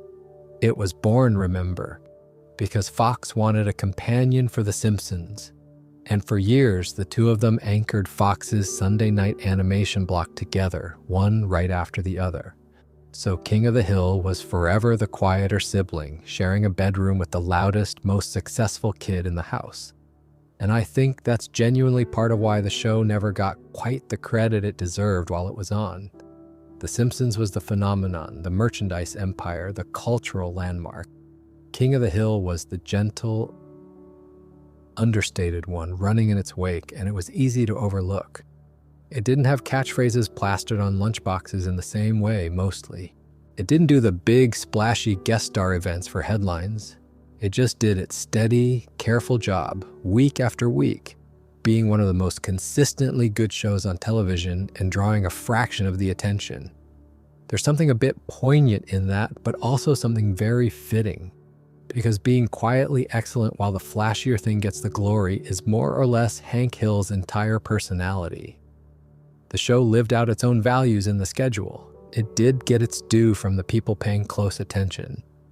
In 2007, Time magazine put it on their list of the 100 greatest television shows of all time, which is no small thing for a cartoon about propane. And it quietly became one of Fox's longest-running series of any kind, animated or not, plugging away in the background while flashier shows came and went. Slow and steady, again, the tortoise. Let me talk about the theme song for a minute, because it's lovely and its story is a nice one. That twangy, rolling, unmistakable bit of guitar music that opens every episode was written and performed by a band called The Refreshments, and the track is properly titled Yahoos and Triangles, though almost nobody calls it that. The Refreshments came out of the music scene in Tempe, Arizona, the same desert rock, jangly guitar world that produced the Gin Blossoms, and they had a lovely, warm, sun-baked sound that fit the show like a glove. That opening riff does an enormous amount of work, honestly. Before a single word is spoken, that guitar tells you exactly what kind of show you're about to watch. Warm, a bit dusty, unhurried, American in a very specific regional way. It's one of the great TV themes, and it's a bit under-celebrated, same as the show it opens. Now here's a proper piece of hidden lore that I love, because it's the sort of thing only devoted fans tend to know. King of the Hill has a shared universe. There's another animated show made for Fox as well called Bless the Hearts, and it's set in the same world as King of the Hill. You can tell because Megalomart, that big box store from Arlen, turns up in it. So the two shows officially share a fictional universe, which means somewhere out there in the same reality, Hank Hill is selling propane while the characters of that other show are living their lives. The funny wrinkle is that Mike Judge wasn't actually involved in Bless the Hearts, so it's a shared universe he didn't build, which is a slightly odd state of affairs, but there it is. Arlen is bigger than just its own show. It's a corner of a wider animated map. There's a neat bit of scheduling history at the other end of the show's life too. When King of the Hill finally wrapped up on Fox, the time slot it left behind on that Sunday animation block got handed to a new show, The Cleveland Show, which was a spin-off from Family Guy made by Seth MacFarlane. So the quiet, grounded human show got replaced in its slot by a much broader, wackier, more cartoonish one, which, in a way, is a tidy little symbol of where mainstream animation was heading at the time. The gentle, realistic thing making way for the loud, absurd thing. I'm not going to get sniffy about it, different shows for different moods and all that. But there's something telling in the swap, and I suspect a lot of King of the Hill fans felt the change keenly. What all of this adds up to for me is a picture of a show that spent its entire existence being underestimated and outlasting the underestimation. It was the companion piece, the quieter one, the show in the shadow of the Yellow family, the one that got moved around the schedule and eventually shuffled off into syndication and replaced by something louder. And none of that stuck, because the thing about being genuinely good rather than merely loud is that it ages differently. The loud stuff can date badly, can start to feel like a product of its exact moment. The quiet, careful, human stuff tends to hold up, because human beings don't really change that much, and a show about them done with real care keeps ringing true long after the jokes of the moment have faded. That's why, all these years later, it's King of the Hill that people were desperate to have back. Not because it was the biggest or the flashiest of its era, but because it was the truest, and true wears well. The show that lived in the shadow turned out to have the longer reach. It just took the world a while to notice, the same way it takes a while to notice that the quietest person at the party is often the one worth talking to. Arlen was worth talking to all along. Some of us just needed a couple of decades to catch on. Since we've spent all this time in Mike Judge's town, it feels right to spend a little while on the man himself, because his own story is a lot stranger and more roundabout than you might guess for someone who ended up as one of America's great cartoon satirists. He did not, let's say, take the obvious path. For a start, Mike Judge was born in Ecuador. His parents were doing work down there, and that's where he entered the world before the family moved north, and he grew up mostly in Albuquerque, New Mexico. So the man who became the great chronicler of small-town Texas didn't actually grow up in Texas at all, which surprised me when I first learned it. Texas came later, through living there and paying close attention, rather than through being born into it. Which, if anything, might be why he sees it so clearly. Sometimes the person who notices a place best is the one who arrived as an outsider and had to actually look. Here's the part of his history that I find genuinely delightful, though. Before any of the cartoons, Mike Judge was a scientist. He studied physics, got a proper degree in it, and went off and worked as an engineer. An actual engineer doing actual engineering. For a while, he was in that world of technical work and machinery and precise, unglamorous problem solving. And you can feel that background all over King of the Hill, honestly. The show's deep respect for competence, for doing a practical job properly, for the dignity of understanding how things actually work, that's an engineer's worldview. Hank Hill's reverence for Propane, for the correct way to do a task, for expertise earned through experience rather than talk, that's coming from somewhere real. Judge spent time as a man who valued getting the technical details right, and he built a whole beloved character around exactly that value. He didn't stay an engineer, obviously. By his own account, it wasn't the life for him, and he drifted out of it. He was also a musician for a while, played in bands, had that side of him going as well. And then he fell almost sideways into animation, teaching himself, making crude, funny little shorts. And one of those shorts featured two idiot teenagers who would eventually become Beavis and Butthead and change his life completely. So the path runs physics degree to engineering job, to bass guitar, to homemade cartoons, to an MTV phenomenon, to a propane salesman in Texas. It's not a straight line, it's barely a line at all. It's more like a man following his own curiosity around until it landed him somewhere nobody, least of all him, could have predicted. What ties it all together, I think, is Judge's particular eye. He has this gift for looking at ordinary American life, the workplaces, the suburbs, the everyday absurdities, and seeing both the comedy and the humanity in it at once without ever sneering. That's a rare balance. It's very easy to look at the mundane and just mock it, to be clever and cruel about ordinary people. It's much harder to look at the same stuff with affection, to find it funny and also love it. Judge manages that balance across almost everything he's made, because King of the Hill is far from the only thing, and the rest of his work rhymes with it in interesting ways. He made Office Space, that film about the quiet despair of cubicle life, which so many people who've ever had a soul-crushing office job hold very close to their hearts. He made Idiocracy, a satire about society dumbing itself down that people keep insisting has come true. And he co-created Silicon Valley, the sharp comedy about tech startup culture. Look across all of it, and you can see the same fellow at work. He's fascinated by how ordinary people navigate systems that don't quite make sense, by work and competence and the gap between how things are supposed to go and how they actually go. King of the Hill is the warmest and gentlest expression of that fascination, but the thread runs through everything, and he came back round to his roots more than once. He revived Beavis and Butthead years later, bringing those two idiots back for a new generation, so the thing that launched him has kept going alongside everything else. The man clearly has a lot of affection for his own creations. He doesn't seem to abandon them. He lets them rest and then wanders back to them when the time feels right, which is more or less what happened with Arlen. There's something I find quietly moving about Judge being at the center of all this.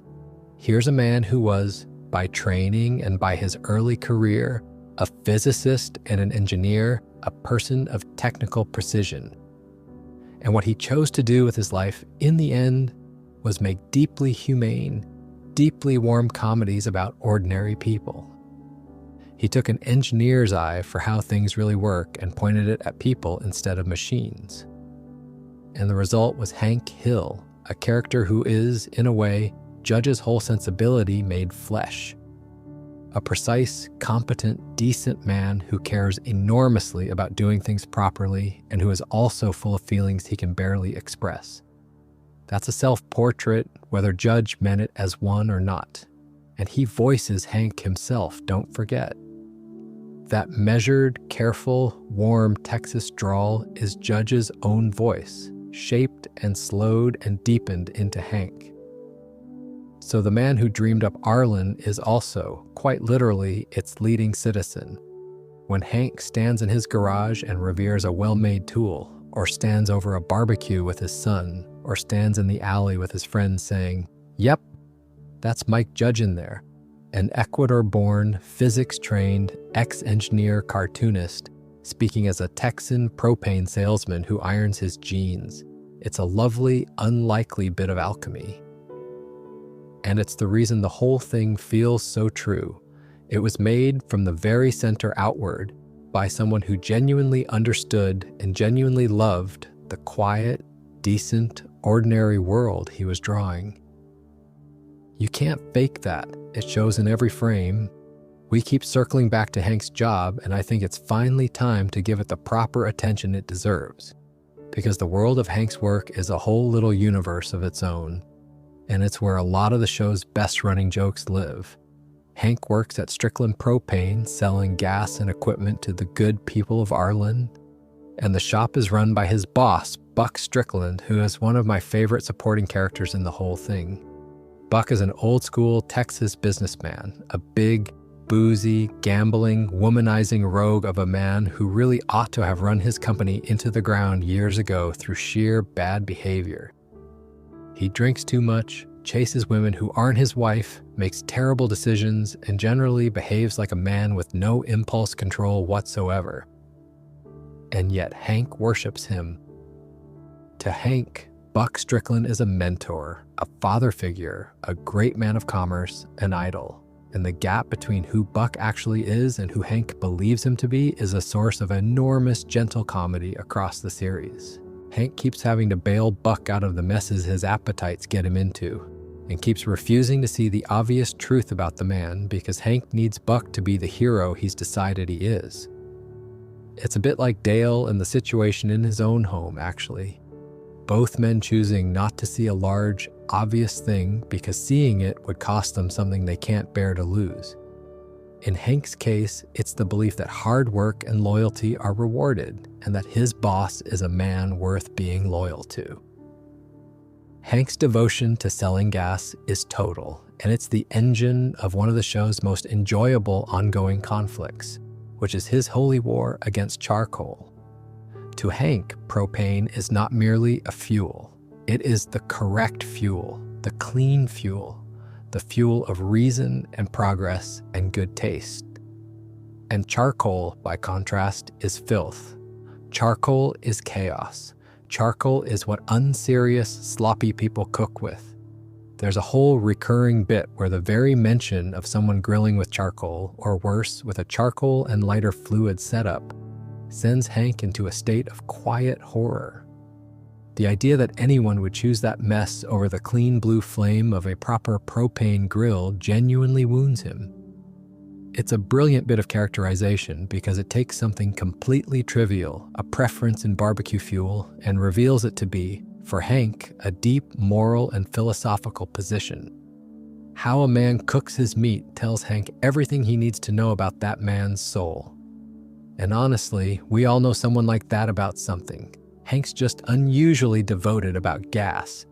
He's got a professional nemesis in this world too, a rival propane dealer, a flashy, smooth-talking, ethically flexible salesman who represents everything Hank finds distasteful about the modern way of doing business. Where Hank sells honestly, plainly on the merits, this rival sells with flash and gimmicks and slippery charm. The two of them clash more than once, and it's always a lovely little clash of values. The honest craftsman against the slick operator. Hank almost always wins, not because he's cleverer, but because he's more decent. And the show believes, in its bones, that decency ought to win. That's a comforting thing to believe. And the show lets you believe it, at least within the walls of Arlen. The biggest thing to ever happen in Hank's working world, though, is a genuinely dramatic two-part event I have to mention, because it's about as close as this quiet show ever came to an action set piece. The giant discount superstore in town, the one that's been quietly threatening all the small local businesses, has a propane operation of its own, undercutting the honest local dealers on price. And in a spectacular turn of events, that store's propane setup causes an enormous explosion. A proper building-leveling fireball explosion, which is not the sort of thing that usually happens on King of the Hill, where the drama is normally about lawnmowers and casseroles. It's a huge, memorable moment in the series, this great blast tearing through the placid world of Arlen. And it carries real weight because, as we touched on earlier, it's tied to the loss of one of the show's characters, so I won't dwell on that side of it again here. But as a piece of storytelling, it's remarkable. The way the show occasionally allowed something genuinely large and shocking to erupt out of its gentle little world, and then quietly absorb the aftermath and carried on. Life does that, doesn't it? Mostly it's small and steady, and then every so often something enormous happens, and you deal with it, and eventually the small and steady rhythm resumes. The show understood that better than most. Now let me spend the last bit of this section just on the little things, the small recurring details and catchphrases that people carry around in their heads long after they've forgotten the plots, because a show like this lives or dies on those. There's the alley, of course, which we've mentioned, that sacred spot where Hank and his 3 friends stand with their beers, and the whole ritual of it, the yep, the the long, companionable silences punctuated by the smallest possible observations. It's become shorthand for a certain kind of male friendship, that thing of standing next to each other, not saying much, and it meaning everything. People quote it, imitate it, recognize it from their own lives.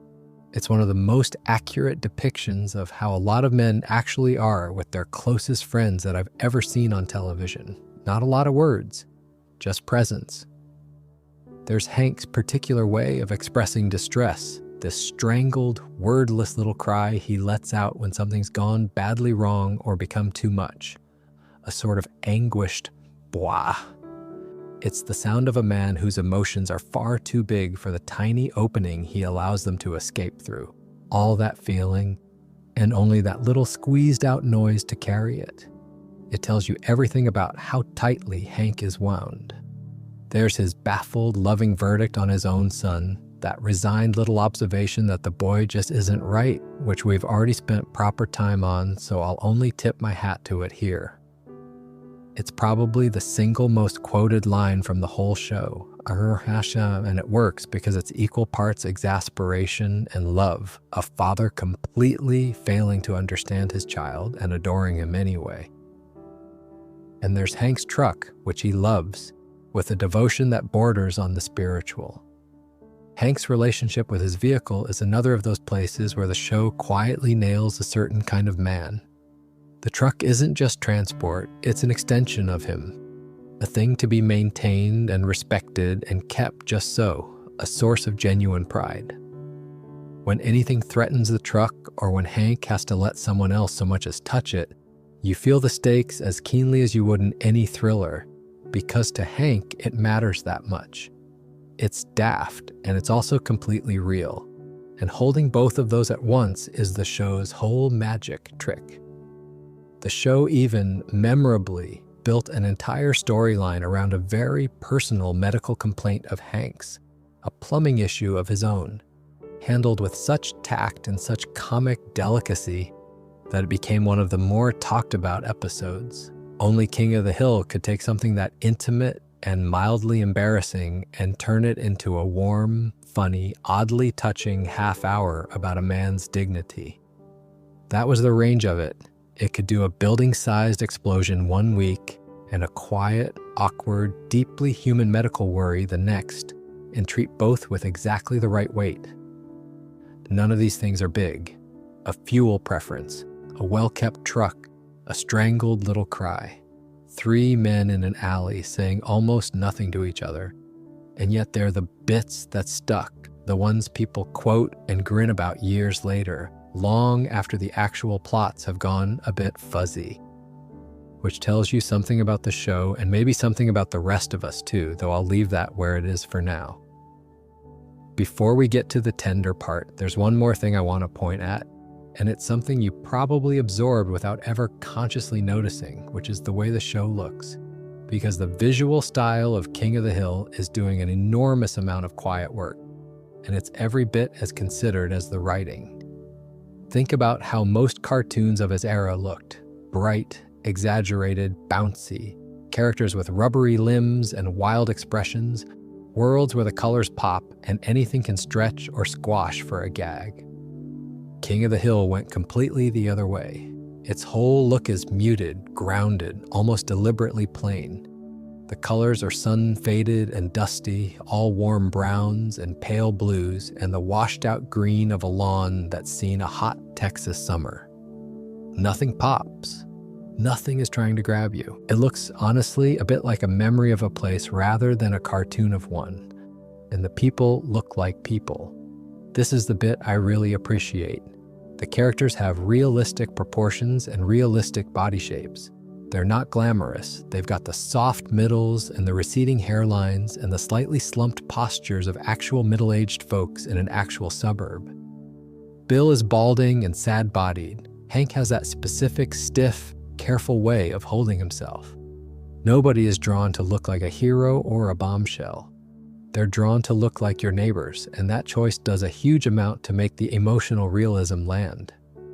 It's much easier to believe in these people's ordinary struggles when they look ordinary, when they look like they could be standing in the queue at the shop in front of you. The show even finds room in its frames for the dog. Ladybird, Hank's bloodhound, is forever draped across the floor in a warm patch of afternoon light, asleep in the corner while the humans get on with their business. Most cartoons wouldn't bother drawing that, but a huge part of what home actually looks like for a lot of people is just the animal asleep in the corner, and the show puts her right there in the frame, in the sun, done with real affection. It's a tiny thing, and it's exactly the sort of tiny thing the whole look of the show is built out of. The movement follows the same philosophy. The animation is restrained. People move the way people actually move, with small natural gestures rather than the big, wild, elastic motion of a Xanier cartoon. When Hank stands still and quiet, the animation lets him be still and quiet. It trusts the stillness. A lot of animation is terrified of stillness, feels it has to keep everything busy and bouncing, and King of the Hill was calm enough to just let a man stand in his garage and think. That restraint is a big part of why the show feels so unhurried, and for our purposes tonight, so genuinely restful to spend time with. Even the visuals are relaxed. All of this was brought to life for the original run by the animation studio Film Roman, who had to solve the tricky problem of making something look this deliberately ordinary without it looking cheap or lazy. Ordinary on purpose is much harder than it sounds. It's easy to make things flashy. It's hard to make things look plainly, warmly real, to sweat the small details of a lived-in suburban house or a well-worn truck or the specific light of a Texas late afternoon, and to do all that in service of a feeling rather than a spectacle. They pulled it off for years, and the look became inseparable from the show's whole gentle personality. When the revival came around, this was one of the trickier things to get right, because a fresh studio had to reproduce that very particular understated quality, age the characters up a touch, nudge the world into the present day, and somehow not lose the specific warmth of the original.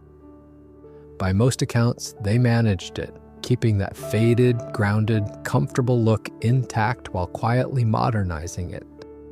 Which matters because if the revival had come back looking slick and glossy and modern, it would have felt wrong in a way that no amount of good writing could have fixed. The look is the feeling. Get the look wrong and you lose the whole thing. So next time you got it on, notice the colors. Notice how nothing shouts. Notice how the people look like people and move like people and are allowed to just be still sometimes.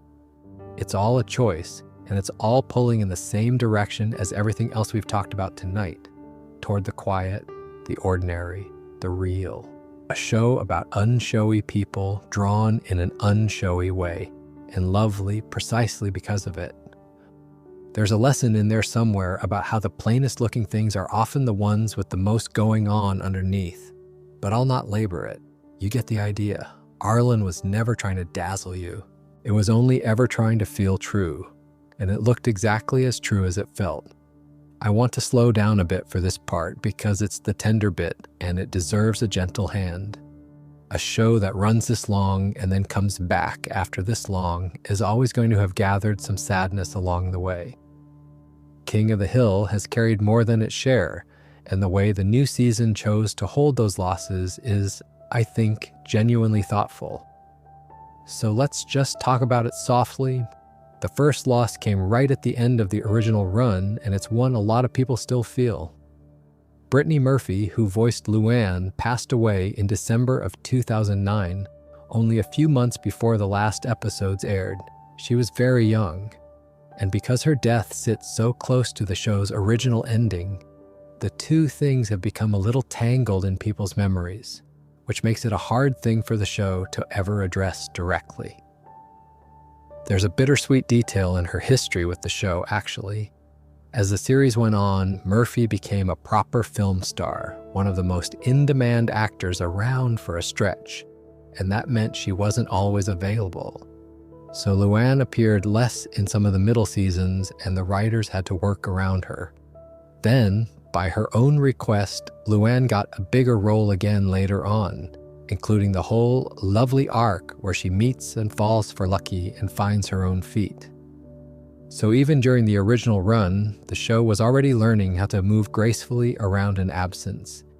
It just never imagined how permanent that skill would need to become. Lucky himself carries the next loss. Lucky, Luann's sweet, unemployed, snaggle-toothed husband, was voiced by Tom Petty. Yes, that Tom Petty, the rock legend.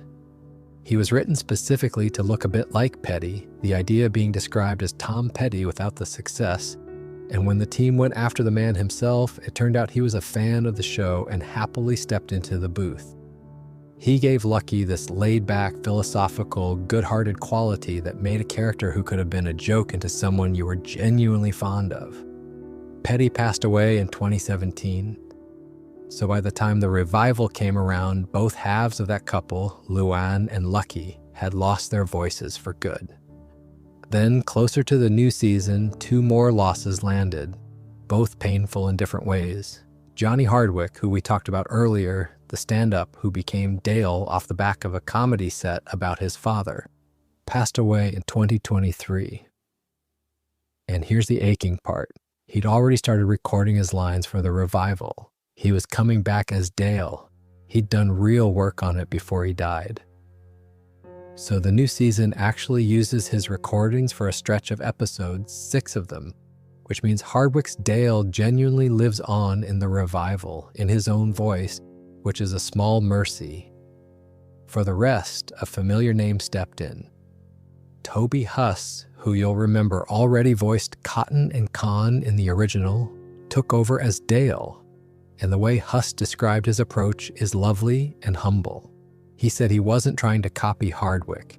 He was just trying to hold on to Dale's Dale-ness, to keep the spirit of the man rather than do an impression of the performance.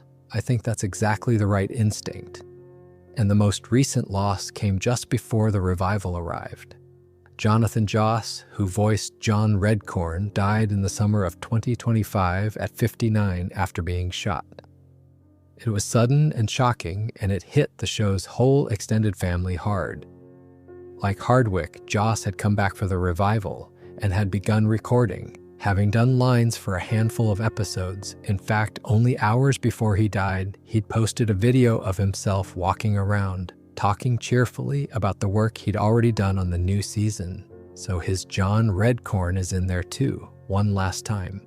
I won't dwell on the details of how he died, because that's not what tonight is for, and it's not how he'd want to be remembered. He was a working actor who gave a lot to a character people loved, and that's the part worth holding on to. So the revival came back carrying all of that. 2 beloved characters whose voices were gone for good, and 2 more actors lost partway through the return itself. And the choices the team made about how to handle it are, to me, the most quietly moving thing about the whole comeback. They decided not to recast Luann and Lucky at all, not to write them a big, tearful send-off, not to hand them to new performers, not even to explain in detail where they'd gone. The showrunner, Saladin Patterson, used an analogy I keep coming back to. He said sometimes the best way to honor someone's work is to hang their jersey up in the rafters, the way a sports team retires a player's number. You don't give the shirt to someone else, you lift it up and you leave the space, as a mark of respect for what that person meant.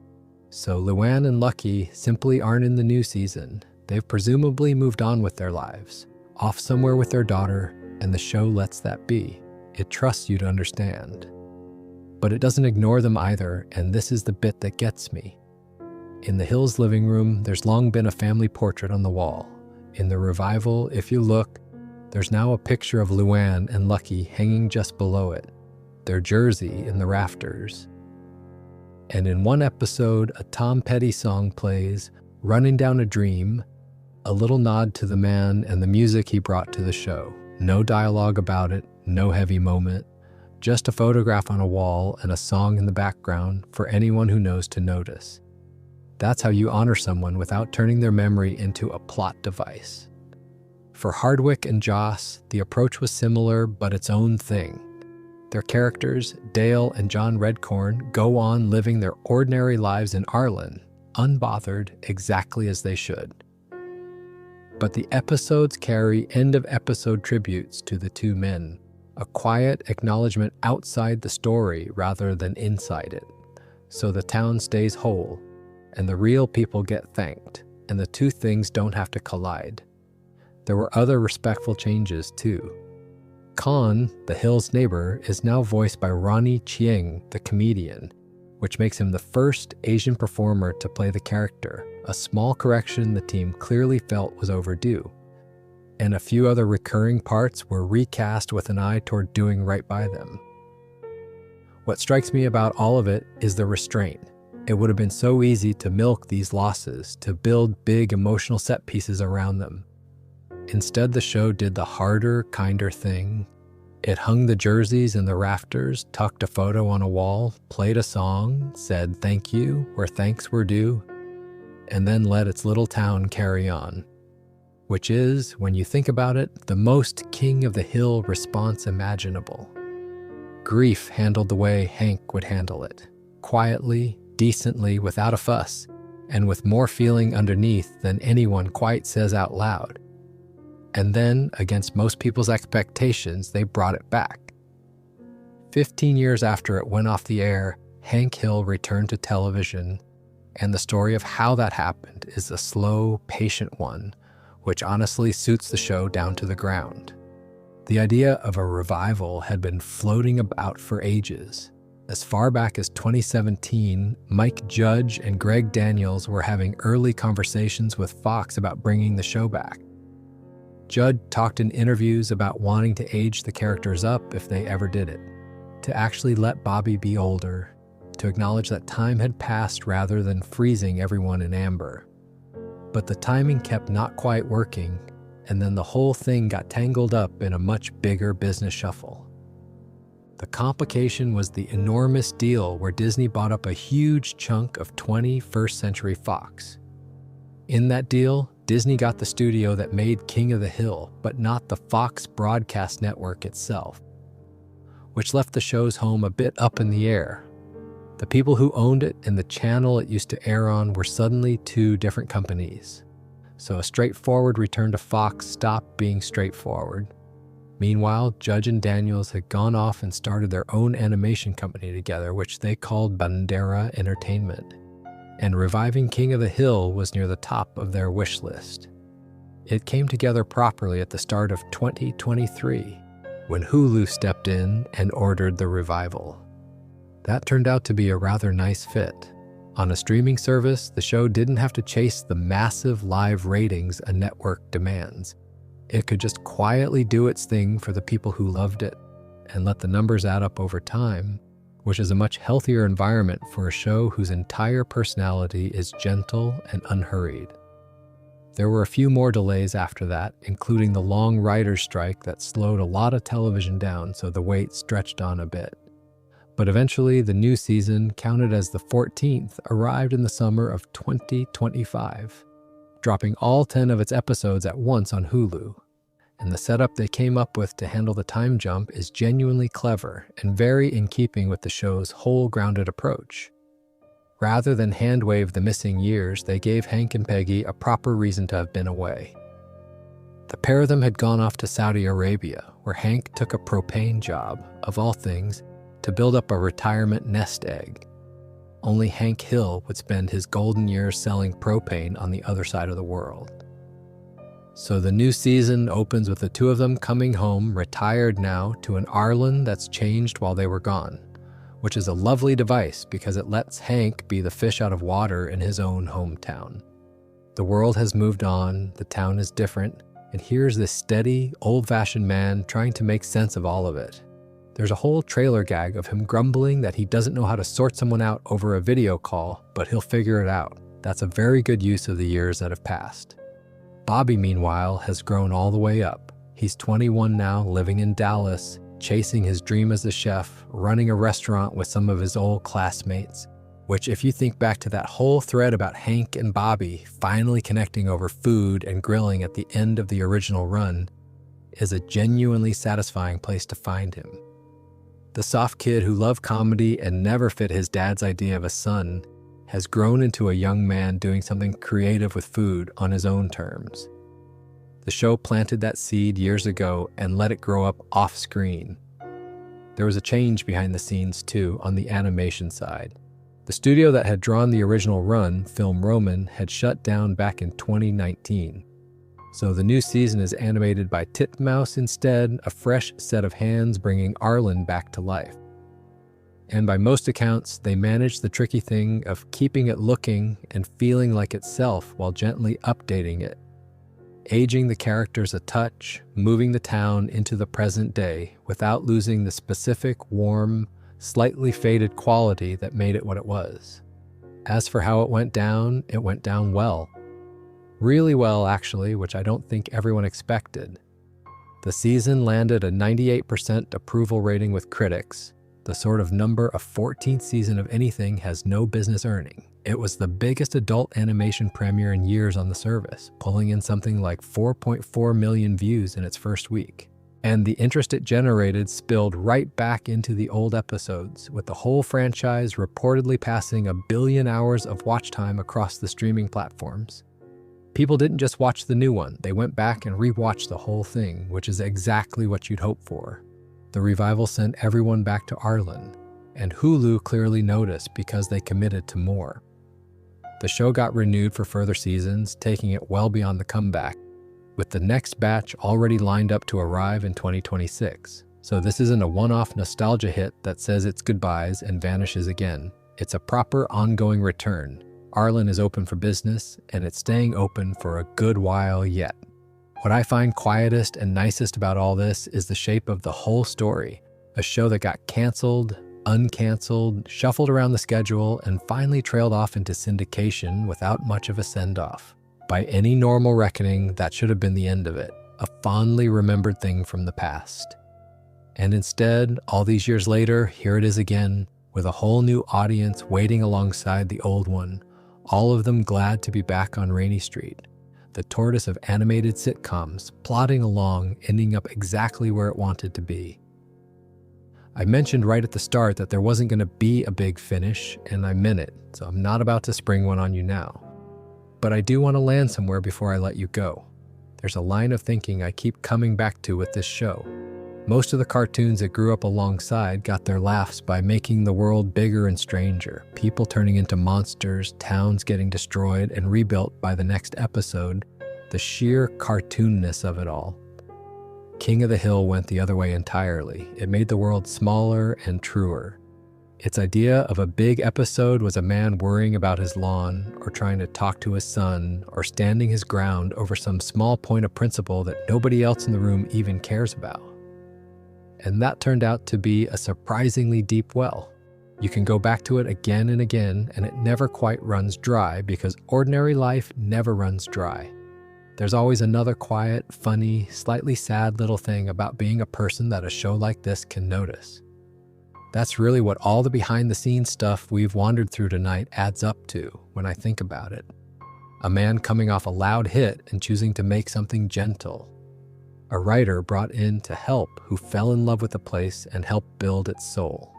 A whole town's worth of people conjured up by a small handful of clever voices. Real Texas folded so carefully into a made-up town that the made-up one ended up feeling more solid than the real one. A furious stranger's voicemail turned into somebody's favorite character. Losses carried with grace, jerseys hung in the rafters, a photo on a wall, a song in the background. And then, after everyone had made their peace with it being over, the whole thing quietly starting up again because it turned out people had never really stopped wanting to visit.